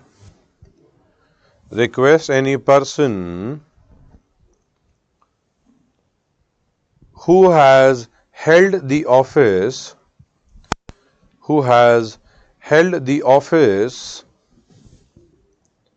of a judge of that court,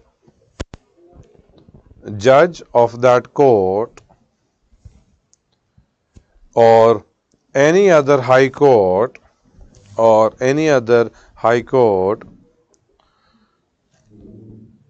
to sit and act as a judge of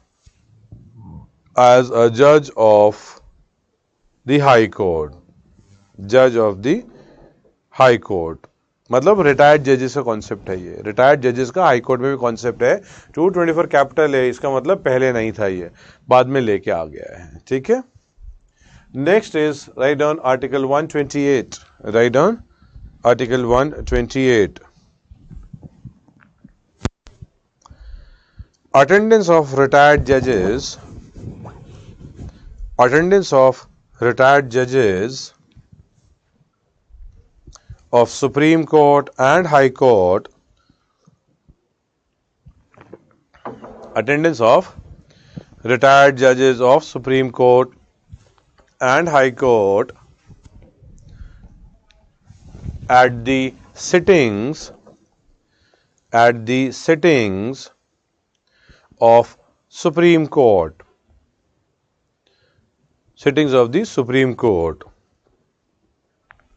ठीक है। ब्रैकेट में लिखिए ड्यूली क्वालिफाइड पर्सन, इसका मतलब है जो जिसकी क्वालिफिकेशन है वही कर सकता है। क्वालिफिकेशन में क्या है, मतलब एज भी तो बाहर है, 65 के अंदर होना चाहिए।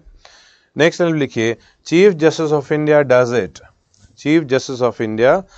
It, next line entitled to allowances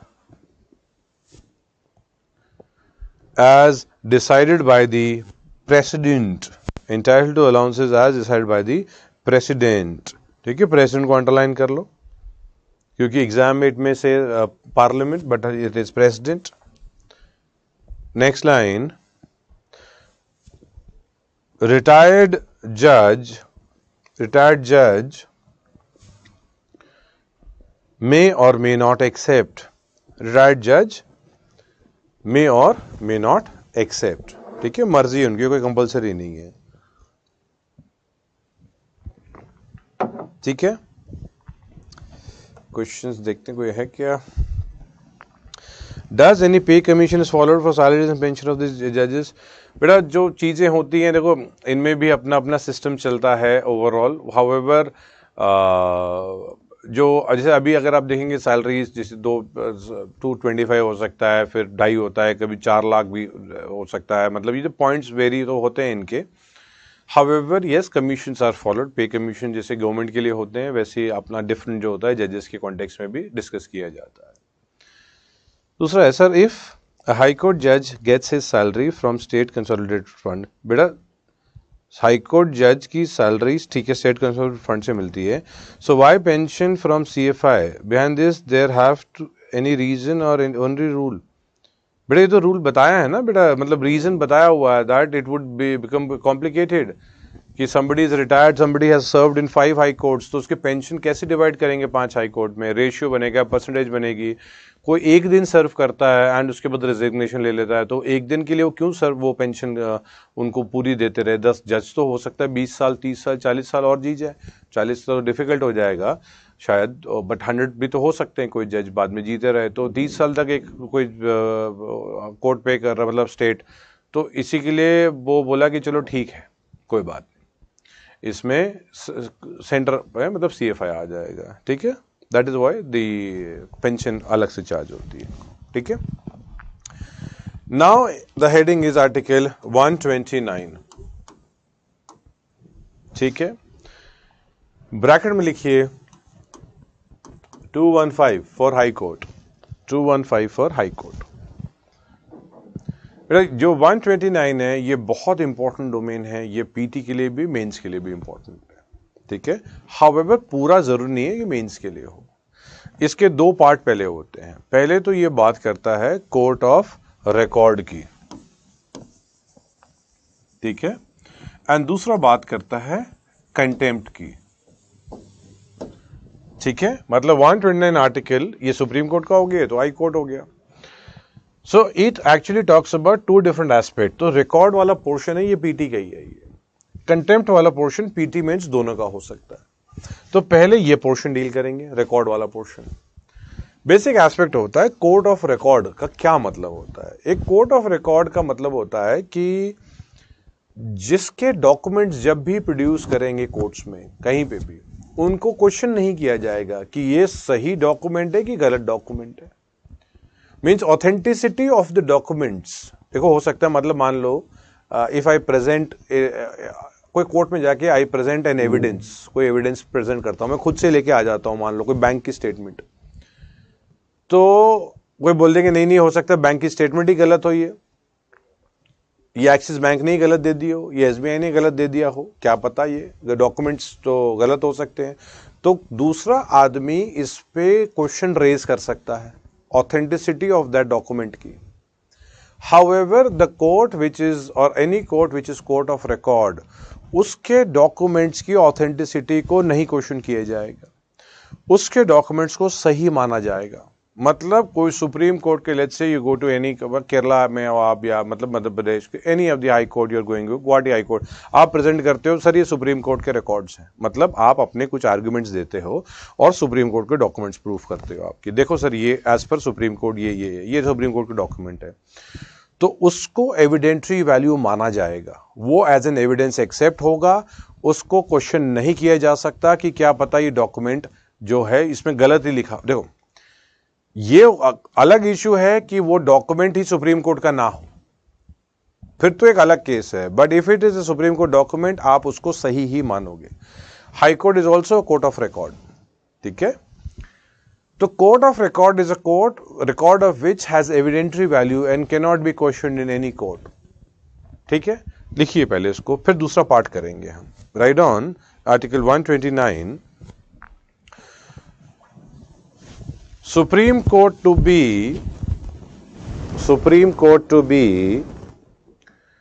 a court of record, Supreme Court to be a court of record,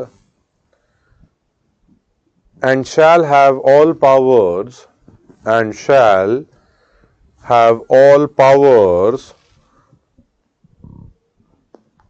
to punish for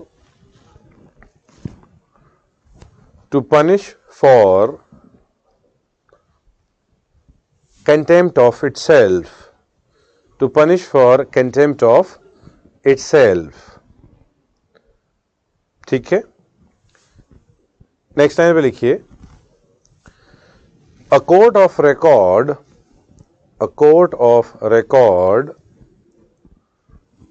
is a court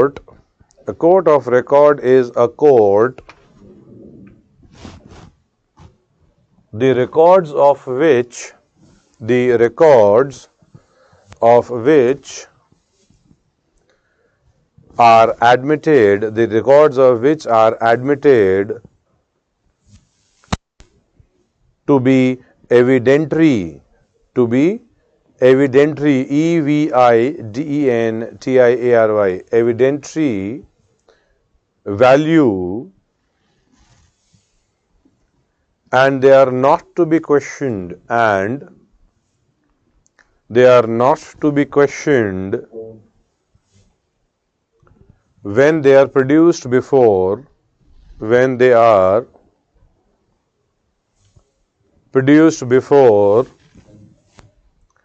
any court, when they are produced before any court. ठीक है?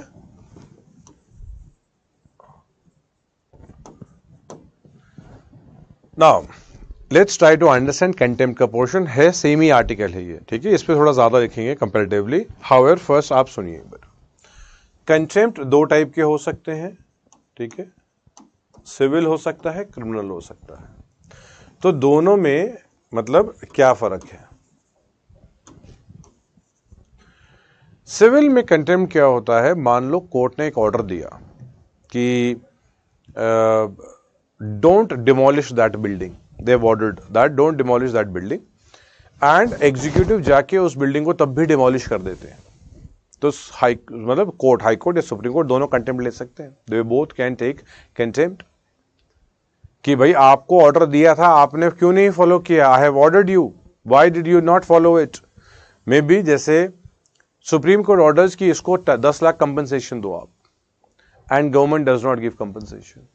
तो officer को बोले I take notice of, मतलब contempt लूंगा, and आपको ये क्यों नहीं किया है, आपको पनिशमेंट होगी. तो सिविल कंटेम्प्ट तो बहुत इंपॉर्टेंट कंटेम्प्ट पावर है. It is because of this people are following the supreme court और हाई कोर्ट जजमेंट, वरना तो कोई फॉलो ही नहीं करेगा.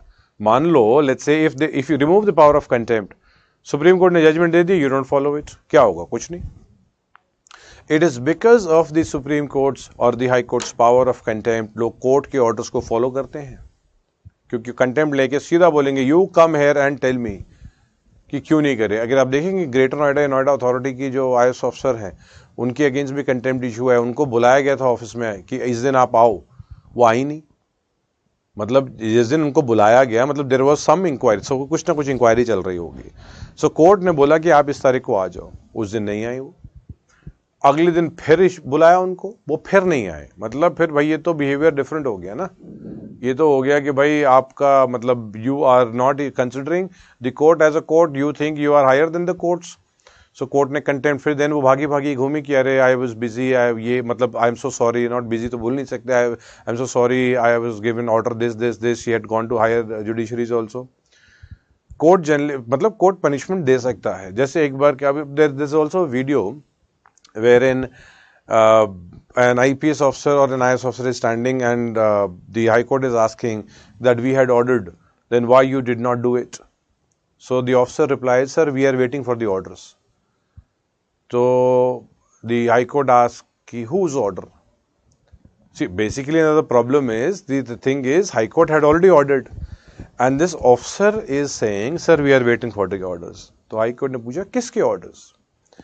So he says, sir, the order of the government. Now High Court asks, government बड़ी है कि High Court? ठीक है, तो पीछे से एडवोकेट बोलता है उसको हाई कोर्ट, मतलब ही एक्चुअली मतलब यू कैन हेयर पीछे से वो बोल रहे होते हैं हाई कोर्ट, मतलब you don't say government because government is no government, even the government of India it is lower than the judiciary, वो उससे लोअर हो जाएंगी. So if the High Court has ordered, you can't say that we are waiting for the government's order. You have already been authorized or ordered by the superior authority. So the point is, civil contempt ये news में बहुत आता रहता है. अभी जैसे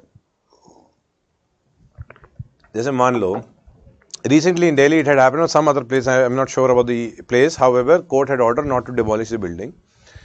So generally at this time if the court says कि नहीं demolish करो ना, तो officers would even demolish and they'll say we did not receive the order. Order आए नहीं हमारे पास, चाहे न्यूज में फ्लैश हो रहा हो, ऑफिसर बोलेगा हमारे पास कागज नहीं आए हैं, we don't know, so they'll demolish it faster. However, the front page news was wherein Brinda Karat madam जो MP हैं वो कागज लेके she was standing in front of the crane. That was the front page news. So that is this is the order. Now अगर उसके बाद demolish कर देते, कंटेम्प्ट हो जाता है clearly, civil contempt. Civil contempt में कोई कंट्रोवर्सी ही नहीं है, कोई प्रॉब्लम ही नहीं है। मोस्ट प्रॉब्ली ये पोर्शन मेंस में आएगा भी नहीं। हाँ, कंटेम्प्ट अगर आया है, only contempt, you will divide the information into civil and criminal and then you will write the answer beautifully. You can defend civil, तो होना ही चाहिए power, no problem with this. However, अब आता है थोड़ा सा controversial area, criminal contempt। देखो, civil and criminal portion जो है ये कॉन्स्टिट्यूशन पे डिवाइडेड नहीं है, तो डोंट थिंक कि कॉन्स्टिट्यूशन बोल रहा है सिविल होगा या क्रिमिनल होगा। लॉ नहीं है तो हम लोग सिविल क्रिमिनल के अंदर नहीं जा रहे। What crimes are known as civil and criminal. आप ज्यादातर आप ओवरऑल मोटा मोटा मान लो, सिविल कंटेंट में जनरली जेल नहीं होती, जनरली, ठीक है। क्रिमिनल में क्या होगा, सिविल नहीं, सिविल केस ही पकड़ लो आप, सिविल में जनरली, बट अगर मतलब और थोड़ा बेटर देख ले, मतलब जनरली सिविल जेल का छोड़ दो, कंपनसेशन से ज्यादा डील करता है, मतलब because we are not going to deeper, तो डोंट थिंक कि जेल नहीं हो सकती है। आप basically civil is more related to compensation, award compensation, दो लोगों के बीच का डिस्प्यूट, ठीक है, जो शायद प्रॉपर्टी मिल जाए, फाइनेंशियल नेचर का हो, अगर जीत गया तो फाइनेंस देना पड़ेगा या लेना पड़ेगा, ऐसा कुछ एस्पेक्ट है, वो सिविल एस्पेक्ट हो जाता है। तो इसमें क्या होगा, सिविल कंटेम्प्ट हो जाएगा, फिर उनको ऑर्डर मिलेगा, उनकी शायद सैलरी काट ली जाएगी, ऑर्डर देंगे कि और ज़्यादा फाइन पे करो, इस हिसाब से होता है, ठीक है। जेल भी वैसे हो सकती है। क्रिमिनल कंटेम्प्ट एक अलग सा एस्पेक्ट है। इसमें बेसिक क्या है, 3 अलग अलग तरीके से कंटेम्प्ट मतलब लिए जा सकते हैं। एक कंटेम्प्ट, क्रिमिनल कंटेम्प्ट होता क्या है, मतलब क्रिमिनल कंटेम्प्ट एक होता है आप एडमिनिस्ट्रेशन ऑफ जस्टिस को इंटरफेयर कर लो, आप मतलब you interfere with the administration of justice, it is clear cut contempt, that is criminal contempt. Another is वो है ना, शायद मूवी में देखा होगा, तारीख पे तारीख, तारीख पे तारीख, that is clear cut criminal contempt, clearly court उल्टा लटका देगा, मतलब that is clear cut criminal contempt. How can you shout at the court, जज साहब फाड़ दो किताबें, all these kind of things, right? This only happens in movies. It is the clear-cut criminal contempt. ठीक है, तो you understand you can't shout in the court, you can't basically influence the witness, you can't present wrong, आप गलत चीजें नहीं बोल सकते हो, because if you give wrong evidence or wrong information purposely, so that is you are interfering with the administration of justice. ये भी criminal contempt में आएंगे। However, अब इसमें जो लास्ट पोर्शन है वो मतलब इन द एक्सप्लेनेशन स्टार्टिंग में उस लिखते वक्त थोड़ा पहले लिखेंगे, उसमें क्या है, if you right something, if you speak, if you से समथिंग थ्रू योर जेस्चर्स, ये क्रिमिनल कंटेम्प्ट में आ सकता है। अब कंट्रोवर्सी क्यों है, क्योंकि आपका आर्टिकल 19 भी है। Now sometime back a student had asked कि सर क्या हम कमेंट कर सकते हैं, एक नॉर्मल पर्सन कमेंट कर सकता है जुडिशरी के डिसीजन इन सब पे। Now the point is, if your comment undermines the dignity of court, तो कोर्ट कंटेम्प्ट ले लेगा एंड कोर्ट सजा दे देंगे। अगर कोई बोल दे कि ये जजमेंट गलत है, this is a wrong judgment all together, court बिक गया है, this is clear cut criminal contempt. However, ऐसे बहुत लोग कहते हैं on Twitter, on Facebook, lot of people may be saying all these things. अब वो क्यों नहीं कंटेम्प्ट ले रहे हैं कोर्ट, क्योंकि court would not mind much many people, let's say people who are not having many followers, वो कुछ बोल रहे हैं, वो information not many people would be reading. So just because somebody has tweeted कि भाई ये कोर्ट बिक गया है, court would not even interfere in this. However, if a celebrity talks says this clearly, court बिक गया है and who's got millions of followers, फिर कोर्ट कंटेम्प्ट ले लेगा वो, मतलब they say, देखते हैं कि how much impact it would have. Generally court खुद से लेता नहीं generally, but it is allowed. I'll even tell you how the procedure is. So basic तो समझ में आ गया, तरीके हैं बहुत, सिविल है, क्रिमिनल है। क्रिमिनल में होता है एडमिनिस्ट्रेशन ऑफ जस्टिस का, तब इंटरफेयर तो भी हो सकता है। You say something, you write something through your gestures. Now this is more controversial. And why was it news? What had happened, you might have heard of Prashant Bhushan Saab. Now Prashant Bhushan, a very famous advocate. Leave aside the politics. Politics में we are not interested. We are studying polity. ठीक है, politics या political science नहीं पढ़ रहे हैं हम लोग polity पढ़ते हैं, ठीक है ना। इसमें क्या हुआ, in terms of his action, he had tweeted, ठीक है, उन्होंने लिखा था, once the historians would look at the current time, हम भी तो हिस्ट्री बनेंगे, 2023 would also be history में भी 10 साल 20 साल 30 साल 40 साल बाद हमारे आज के बारे में पढ़ेंगे. So he had tweeted once the historians would look at the current time, and this is not verbatim, मतलब word by word नहीं है, but essence वही था. Once the historians would look at the current time, then they would see how democracy was destroyed by the judiciary. ये उन्होंने लिखा था. वैसे overall is up to a certain level, this is not contempt up to this, at this particular level, till this particular level. But उन्होंने उसके बाद लिखा कि and in this active participation has been taken by last 4 Chief Justice of India कि आप मतलब he had actually said last 4 CJI ने तो पक्का किया ही किया है. So now he's exactly pointed the CJI or the judges कि ये जज ने की खराब किया है. Now this statement directly undermines the dignity of court. Questions हो जाता है. ये लोगों के माइंड में क्वेश्चन जुडिशरी की वैल्यू डाउन कर देता है. See where in any country where लोगों का जस्टिस सिस्टम से उठ जाए ट्रस्ट, वो बहुत दिक्कत होती है. It's very difficult. मतलब that should not be there. It's and because of that judiciary क्या करती है कि कंटेम्प्ट ले लेती है. So in this particular aspect he had tweeted. Now there are different procedures that how the contempt aspect is taken. ठीक है. तो contempt aspect of the judiciary के कॉन्टेक्स्ट में क्या हुआ, अलग अलग तरीके होते हैं. सुप्रीम कोर्ट में also take contempt on its own. अपने आप खुद से कंटेम्प्ट वो ले सकते हैं. सुओ मोटो खुद से कंटेम्प्ट मतलब ले लिया कि भाई आपने किया है, आप इधर आओ आप. Also it could be on the written basically aspect of the attorney और द सॉलिसिटर जनरल. मतलब अटॉर्नी जनरल या सॉलिसिटर जनरल भी कंटेम्प्ट का प्रोसीडिंग ले सकते हैं. मतलब somebody does for something for supreme court, ऐसा कुछ बोला, अटॉर्नी जनरल सॉलिसिटर जनरल दोनों में से कोई भी. ये अटॉर्नी जनरल सॉलिसिटर जनरल कौन है ये हम 76 आर्टिकल देखेंगे इसको हम लोग. ठीक है. However, when we talk about the attorney and this, they can take this kind of initiation and they can start the proceedings. Contempt की बात कर रहे हैं and I'm talking about the criminal, right? And also there is another issue, that is if the let's say any one of us also initiate, मतलब we go to attorney or solicitor and get the written permission from these people. ठीक है. मतलब 3 तरीके से हो सकता है ये overall. तो now in terms of the aspect, when we look into particularly in Prashant Bhushan case, we saw कि इन्होंने जब किया तो कंटेम्प्ट प्रोसीडिंग इनिशिएट होगी. He was asked, supreme court में बुलाया गया. ही वाज आस्क्ड कि आपने ऐसा क्यों लिखा. He said I believe in it. मेरा ये आर्टिकल 19 है, मैं बिलीव करता हूं इस बात पे. सो सुप्रीम कोर्ट ने बोला नहीं आप ऐसा करो, सॉरी बोल दो. This is what supreme court said कि से सॉरी. हाउएवर ही सेड नहीं बोलूंगा. सुप्रीम कोर्ट ने फिर से बोला कि सॉरी बोल दो, छोटे नहीं हो जाओगे आप. He said नहीं बोलूंगा sorry. Now this requires guts. You are standing in front of that institution wherein after that almost you don't have anyone. कोई नहीं है आपके. मतलब if they punish you, agreed presidential mercy petition वगैरह सब कुछ, that is another aspect. However, the point is ये बोल देंगे तो फंस सकते हैं बुरी तरीके से. And there were a lot of memes during that time which were coming wherein the judiciary is actually bending in front of the Prashant Bhushan. बहुत सारे memes थे उस टाइम पे. Finally he said no, I would not say sorry. Supreme Court finally holds him guilty of contempt and punishes him of 1 rupee. 1 रुपए की सजा मिली थी उनको. So there are a lot of memes also available in this context that he shows the मतलब there are memes wherein a person is showing 1 rupee. That's actually the Prashant Bhushan case aspect. ठीक है.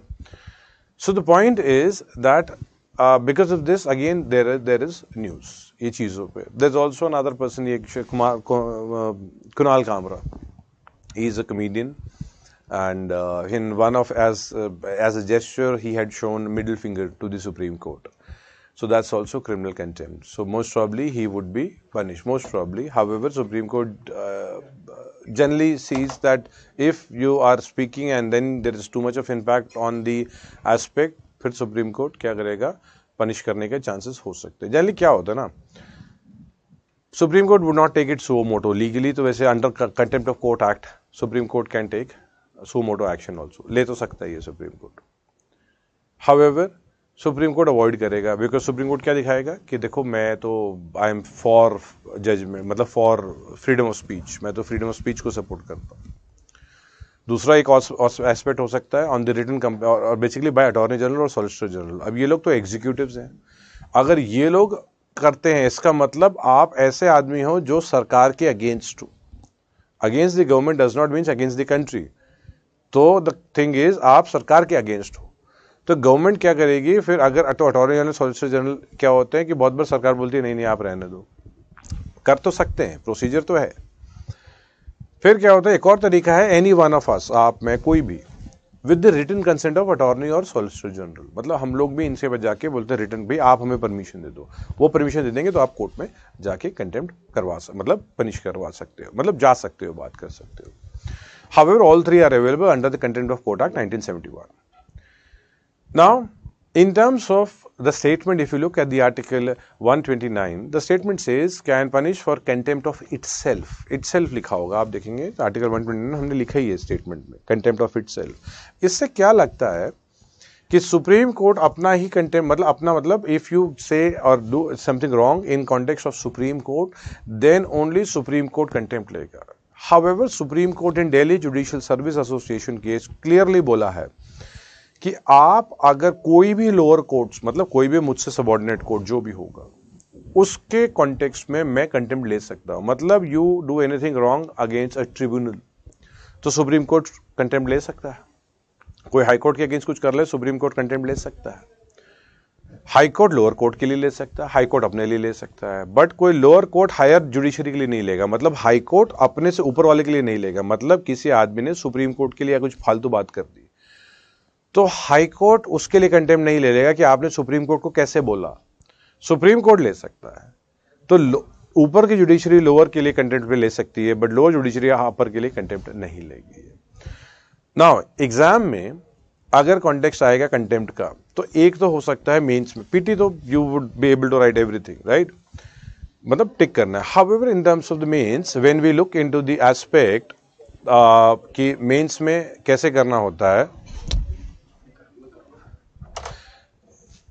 in terms of the aspect of the means में या तो सिर्फ contempt आएगा, only if that is the question, so then you can easily divide it, आराम से आप डिवाइड कर दो इसको, क्योंकि सिविल और क्रिमिनल दोनों कंटेम्प्ट का है। क्योंकि क्वेश्चन में तो पूछा ही नहीं है क्रिमिनल कंटेम्प्ट की civil contempt. Beautifully you can divide, मतलब there could be a possibility that question है कि भाई कंटेम्प्ट पावर होनी चाहिए कि नहीं होनी चाहिए। जनरली इतना स्ट्रेट फॉरवर्ड नहीं आना चाहिए। However even in this line और एनी अदर लाइन पे क्वेश्चन आ गया मान लो, तो आराम से डिवाइड कर लो आप सिविल क्रिमिनल को। सिविल तो भाई this is how judiciary enforces its judgment, कोई सुनेगा ही नहीं जुडिशरी की अगर आपने सिविल कंटेम्प्ट पावर ही हटा दिया आपने, तो आराम से डिफेंड हो जाएगा ये, ठीक है। अब आएगा क्रिमिनल पार्ट। आप बोलोगे भाई एडमिनिस्ट्रेशन ऑफ जस्टिस में इंटरफेरेंस कोई करेगा, ये तो गलत बात है, जुडिशरी का काम ही होना चाहिए जस्टिस देने के लिए, तो ये सब करते रहोगे। हाउएवर फिर आएगा ट्रिकी पार्ट, जब आएगा when you write, when you say, when you speak something through gestures, now that portion को जो है उसको ट्रिकी हैंडल हो जाएगा। एक तो ऐसा तरीका है, दूसरा है सीधा क्रिमिनल कंटेंट के ऊपर सवाल आया हुआ है मेंस पे, तो भी वही पोर्शन है क्रिमिनल में, बाकी दोनों को जस्टिफाई करेंगे, फिर ट्रिकी पार्ट आ जाएगा। अब ट्रिकी पार्ट है, उसमें से सिंपल सा आपको बोलना है कि भाई आप freedom of speech and restriction, freedom of speech and expression तो है फ्रीडम, हाउएवर एब्सोल्यूट फ्रीडम तो कहीं पे भी नहीं है, रीजनेबल रिस्ट्रिक्शंस है। ये रीजनेबल रिस्ट्रिक्शन आप you are trying to undermine the dignity of the judiciary. अगर लोगों पे ट्रस्ट खत्म हो गया तो पूरा सिस्टम खराब हो जाएगा, people would stop going to the courts, trust ही खत्म हो जाएगा। अभी देखो अगर आप नोटिस करो, legislature, executive, judiciary, generally people have the biggest faith in judiciary. If you compare all three, the biggest faith is with the judiciary. If you to lose your faith तो कोलैप्स ही है पूरा का system. So you will talk about that you can't hide behind freedom of speech and expression, and by keep on under the garb of freedom of speech and expression you can't keep on speaking, जो मर्जी है बोलने लग गया आपने, ये allowed नहीं है, राइट। ऐसे करके डिफेंड कर देंगे आप, ठीक है। तो ये इजीली आपका मेंस में सवाल भी आ सकता है, पीटी में तो आराम से सभी आप सवाल कर लोगे, ठीक है। लिखिए आप, राइट डाउन आर्टिकल 129 के बाद, हाँ अभी जहां तक लिखा था उसका एक दो लाइन का गैप दे दो आप। Write down contempt of court is characterized either as civil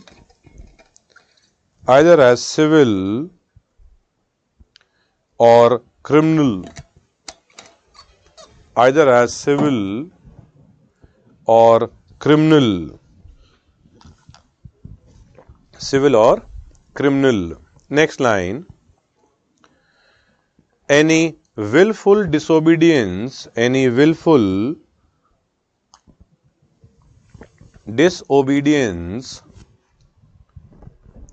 of a court order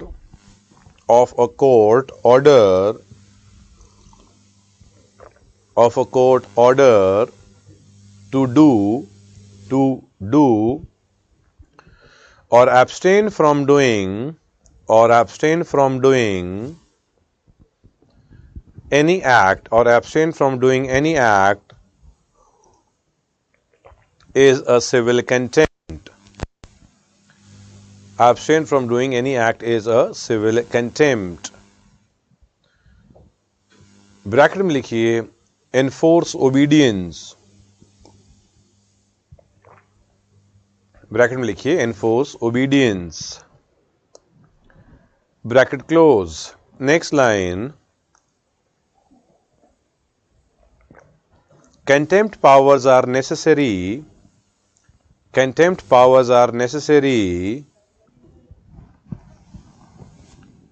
for the higher courts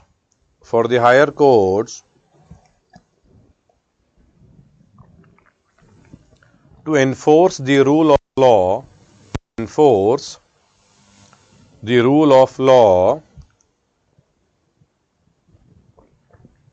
and judicial orders.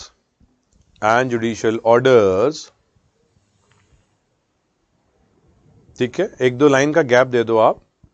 Give a gap of 1-2 line and write a smaller heading. एक और अंदर ही heading लिखिए. Criminal contempt consists of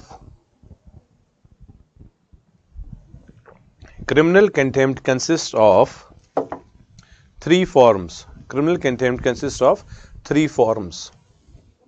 ठीक है, पहला point लिखिए. Write down the first point. लिखिए words, WORDS, words, comma, written or spoken. ये सब फर्स्ट पॉइंट के अंदर ही है. words, comma, written or spoken, comma, signs, SIGNS, सब फर्स्ट पॉइंट में है. signs, SIGNS, signs and actions that tends to lower, TENDS, lower the authority of any court,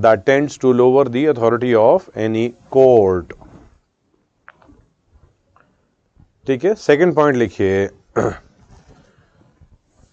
interferes with administration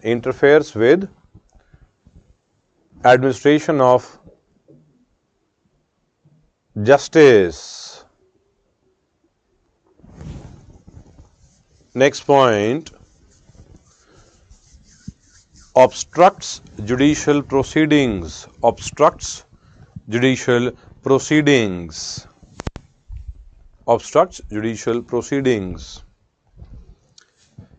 एक दो line का gap दीजिए. Give a gap of 1-2 line and write down fair and accurate, FAIR, fair and accurate reporting of judicial proceedings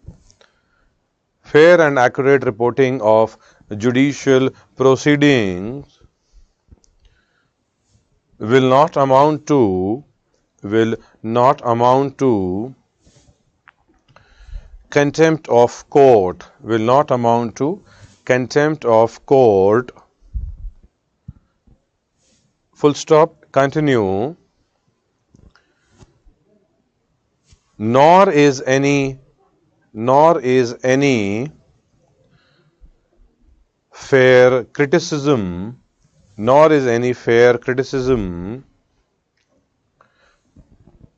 on the merits of on the merits of judicial order, on the merits of judicial order, after a case is heard, after a case is heard and disposed of, after a case is heard and disposed of. ठीक है, तो आप देखो, notice करना, जब भी let's say editorial आएगा, कुछ बहुत कोई एडिटोरियल लिखेगा ये जजमेंट गलत है, बोलेंगे the judiciary should have kept this in mind, that thing should have been in mind, this case should have been seen. थोड़ा बड़ा वो सटल तरीके से बात करते हैं. You will see lot of people say matter is sub judice, matter is in the court, I will not speak. तो अगर आप बोल दो कि ये ऐसा जजमेंट बकवास है, खराब है, कंटेम्प्ट का एस्पेक्ट आएगा. ठीक है, तो paper, print media and the people who have many followers, they are more careful. However contempt तो किसी भी ले ले, आप कुछ लिख दो, कंटेम्प्ट ले सकते हैं. ठीक है, एक let me see certain questions. Sir, is article 128 exception of the article 124 clause 7? बेटा देखो, cannot plead and cannot act. देखो, संविधान जो है, संविधान अगर कुछ बोलता है तो वो संविधान का ही एस्पेक्ट है. संविधान बोलता है आप बाहर कोई कोर्ट में प्लीड नहीं करोगे. हाउएवर 128 आर्टिकल बोलता है कि आप सुप्रीम कोर्ट में एज जज बैठ सकते हो रिटायरमेंट के बाद. ठीक है, तो आप मतलब डोंट टेक इट कि एक्सेप्शन है. आप मानो कि अगर आता है कि सुप्रीम रिटायर्ड जज कैन नॉट प्लीड और act in any court after retirement, in any court भी अगर आ जाएगा तो भी आप उसको बोलोगे यस, ये स्टेटमेंट सही आएगी. ठीक है, बिफोर एनी अथॉरिटी, वो आप मान लोगे आप.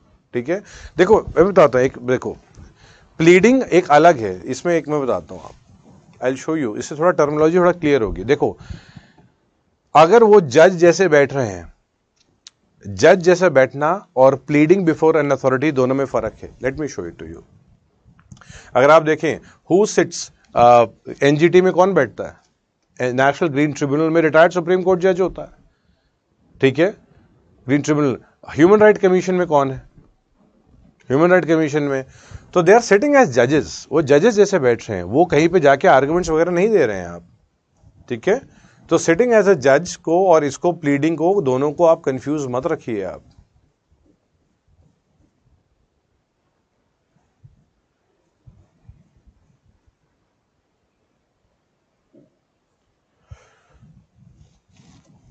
No person has held the office as a judge of Supreme Court shall plead or act in any court or before any authority within the territory of India.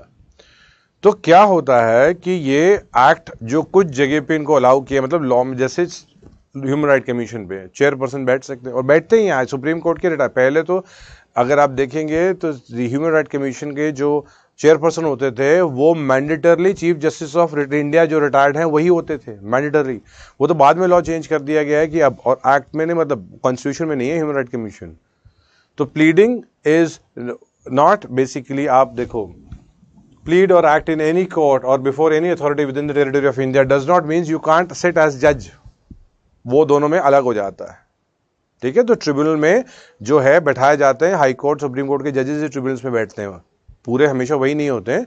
However, so don't think कि वो ये है, आप plead नहीं करोगे, कि appeal नहीं करोगे, लिखोगे नहीं आप, मतलब लिखोगे नहीं, पेपर में लिख सकते हो, हाउएवर आप लिख के नहीं दोगे, मतलब कि वकालतनामा नहीं सबमिट करोगे, ये सब चीज़ों का है. तो डोंट थिंक वो एक्सेप्शन होगा. ठीक है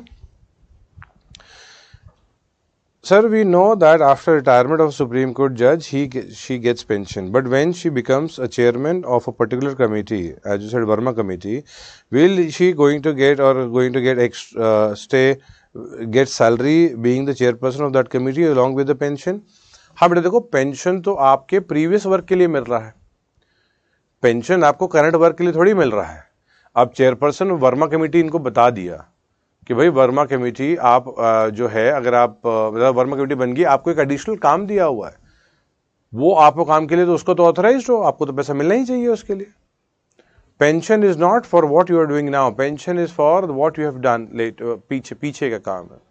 मान लो एक आदमी है, उसने 20 साल सर्व किया कहीं पे भी, जुडिशरी छोड़ दो, कहीं पे सरकारी नौकरी की है, उसको पेंशन मिल रहा है, एंड आफ्टर फ्यू डेज वो एक क्राइम कर देता है, मतलब रिटायर हो चुका है, अब वो क्राइम कर देता है, अब उसको मर्डर की सजा, मतलब उसको सजा है, फांसी की सजा है। हाउएवर उसकी पेंशन नहीं बंद करोगे आप, because pension is not for this act, pension is पीछे का एक्ट का, उसका जो है उसका तो पेंशन उसको मिलेगा ही मिलेगा, अभी के लिए कुछ और सजा होगी। हाउएवर पीछे का जो काम किया उसका पैसा मिलेगा, पेंशन का ये असिस्टेंट सिस्टम होता है। तो ये तो पेंशन तो मिल रही है जब वो चीफ सुप्रीम कोर्ट के जज थे।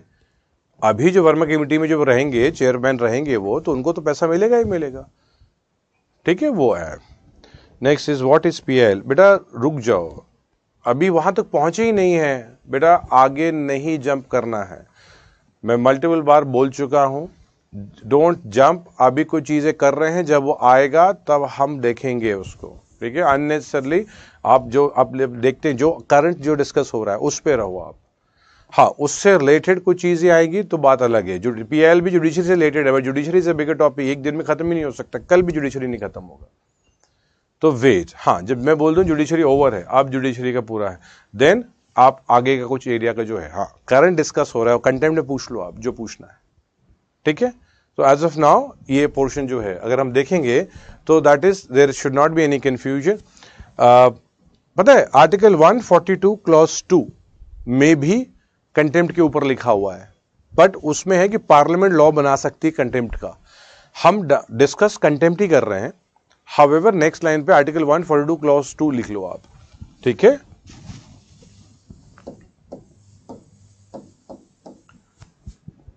ठीक है, तो आप हम है 129 के अंडर ही, हाउएवर कुछ पोर्शन लिख रहे हैं जो 142 क्लॉज 2 है। ठीक है, तो लिखिए 142 clause 2, article 142 clause 2 mentions that subject to the provisions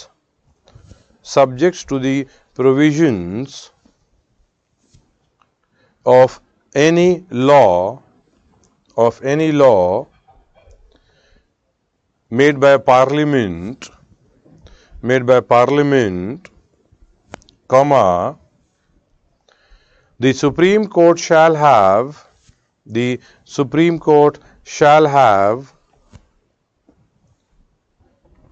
all powers to punish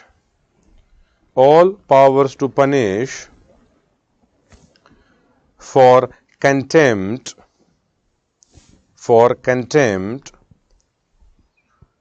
of itself, ठीक है, एक दो लाइन का गैप दीजिए, put a star mark, the expression contempt of court, contempt of court को कॉमा में, मतलब कंटेम्प्ट ऑफ कोर्ट को कोर्ट में उसमें डाल दो। ठीक है, जैसे कंटेम्प्ट ऑफ कोर्ट आप पूरा लिखेंगे ऐसे ऐसे करके कोर्ट्स में डाल दो। The expression contempt of court has not been defined in the constitution,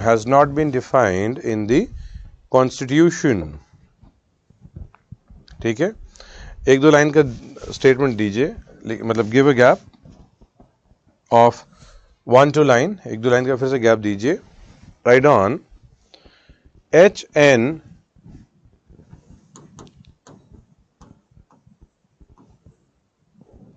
HN Sanyal, SANY, एक minute, HN Sanyal 1963, HN Sanyal लिखिए 1963 made comprehensive examination of the law and problems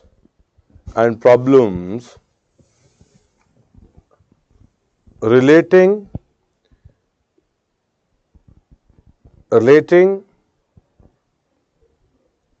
to the aspect of contempt of court,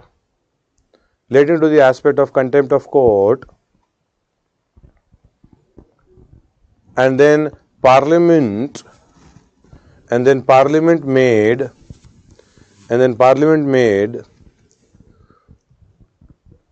Contempt of Court Act, and the Parliament made Contempt of Court Act 1971. Parliament made Contempt of Court Act 1971. मतलब ये जो आया है ये Sanyal committee की वजह से आया हुआ है, ठीक है, and made Contempt of Court Act 1971. ठीक है. Now, although a court of record, can one high court change a judgment of another high court in a similar matter? बेटे देखो, हाई कोर्ट का जुरिस्डिक्शन अपने रीजन पे होता है. मतलब कैलकाटा हाई कोर्ट की जो जजमेंट है वो वेस्ट बंगाल तक सीमित रहती है, ठीक है, क्रिमिनल मैटर में. तो सिविल मैटर पे क्या होता है कि वो दूसरे जगह पे उसको एक्सेप्ट किया जा सकता है. हाउएवर दूसरा कोर्ट अगर कुछ और बोल दे, एक कोर्ट दूसरे कोर्ट को, एक कोर्ट का जुरिस्डिक्शन अपना ही रीजन होता है. तो कैलकाटा हाई कोर्ट ने जो जजमेंट दिया है उसको मद्रास हाई कोर्ट ओवररूल नहीं कर सकता है, क्योंकि मद्रास हाई कोर्ट का जुरिस्डिक्शन ही नहीं आ रहा है वो. बट जब हाई कोर्ट्स का क्या होता है, हम लोग जनरली रिस्पेक्ट करते हैं जजमेंट्स. तो कैलकाटा हाई कोर्ट ने जजमेंट कोई दे दी है तो मद्रास हाई कोर्ट में उसको ऐसा बताया जा सकता है, देखो ये मद्रास हाई कोर्ट ने ऐसा, कैलकाटा हाई कोर्ट ने ये जजमेंट दी हुई है, ठीक है. तो मद्रास हाई कोर्ट दूसरी जजमेंट दे सकता है, तो वो उसको वेस्ट बंगाल में फर्क नहीं पड़ने वाला. बट वो जो जजमेंट, तो वेस्ट बंगाल की जजमेंट तो वेस्ट बंगाल पे वैलिड रहेगी वो कैलकाटा की. बट मद्रास में जो इन्होंने जजमेंट दी है वो तो वो नलीफाई तो वैसे भी नहीं किया ना उन्होंने. They don't have the power. High court, one high court can not nullify the वो अदर हाई कोर्ट, वो पॉसिबल ही नहीं है, क्योंकि हायरार्की में सब तो इक्वल हो गए. हाँ, कैलकाटा हाई कोर्ट में 2 जज की बेंच बैठी हुई थी या कुछ है, और ये फिर बोला चलो ये बड़ी बेंच के पास इशू जाएगा तो थोड़ा सा रेफर कर दिया, थोड़ा सा उस कॉन्टेक्स्ट में कुछ हो सकता है. हाउएवर एक हाई कोर्ट के दूसरे की रूलिंग नहीं है, बट कोई भी हाई कोर्ट जजमेंट देता है दूसरे की रिस्पेक्ट तो की जाती है, but that does not means कि वो फॉलो ही होगा.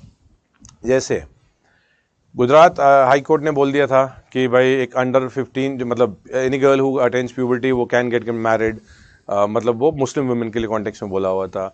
बट फिर गुजरात में वैलिड हो गया, बट मद्रास हाई कोर्ट ने बोला नहीं अंडर 18 नहीं होगा, तो मद्रास में वो वैलिड हो गया. फिर पंजाब हरियाणा हाई कोर्ट बोलता है कर सकते हो आप, तो वहाँ पे वो वैलिड हो गया. तो ये अलग अलग होता है. ये सुप्रीम कोर्ट जाता है, जहाँ सुप्रीम कोर्ट बोलेगा वो पूरे इंडिया में वैलिड हो जाएगा, ठीक है. तो one high court can not overrule the judgment of the other high court, ठीक है. इस पे कोई कंफ्यूजन नहीं होना चाहिए, ठीक है. Now, can the court of record of high court be question in supreme court? Because higher courts में तो किया ही जा सकता है, लोअर कोर्ट्स पे नहीं. हाँ, इनके डॉक्यूमेंट क्या होता है ना, जो सुप्रीम कोर्ट तो और बड़ा इंस्टीट्यूशन है जो वो देख रहे होते हैं, तो वो सब हो जाता है. सुप्रीम कोर्ट के पास सारे पावर्स हैं, but similar and lower court जो होते हैं वो ऑथेंटिसिटी पे नहीं जाते हैं. हायर जुडिशरी के पास तो सारी पावर्स होती है. सुप्रीम कोर्ट के डॉक्यूमेंट्स लोअर कोर्ट्स नहीं कर सकते, उल्टा में सबके पास पावर हो जाती है वैसे, ठीक है. So this is what basically हम लोग कल कंटिन्यू करेंगे. वी हैव नॉट रिटन पूरा चीजें जो सुप्रीम कोर्ट के, मतलब अगर हम देखेंगे तो सान्याल इस कॉन्टेक्स्ट में हमने पूरा अभी तक लिखा भी नहीं है. There some more also needs to be written. कल जब हम स्टार्ट करेंगे क्लास तो पहले पोर्शन लिखेंगे, उसके बाद जाके हम लोग थोड़ा सा जो बचा है उसके बाद वी वुड कंटिन्यू अहेड. 131 से लेके कल ऑलमोस्ट 146 पूरा का पूरा कंप्लीट, मतलब है तो 147 तक, हमारी डिस्कशन 146 तक की सेंस बनती है. We would be able to make, कल मोस्ट प्रॉब्ली वो ओवर हो जाएगा, and then we'll go to judicial activism, judicial review, फिर जुडिशियल एक्टिविज्म, जुडिशियल ओवररीच, इसी के बीच में पीएलबी कॉन्सेप्ट आ जाएगा, ठीक है. फिर जुडिशियल रिफॉर्म देखेंगे. तो जुडिशरी शुड टेक एटलीस्ट कम से कम 2 दिन कम से कम लगने चाहिए, या हाँ मोस्ट प्रॉब्ली 2 days में हो जाएगा ये. And then we'll pick up the topic of executive, ठीक है. So we'll catch up tomorrow. ठीक है? So thank you. All the best.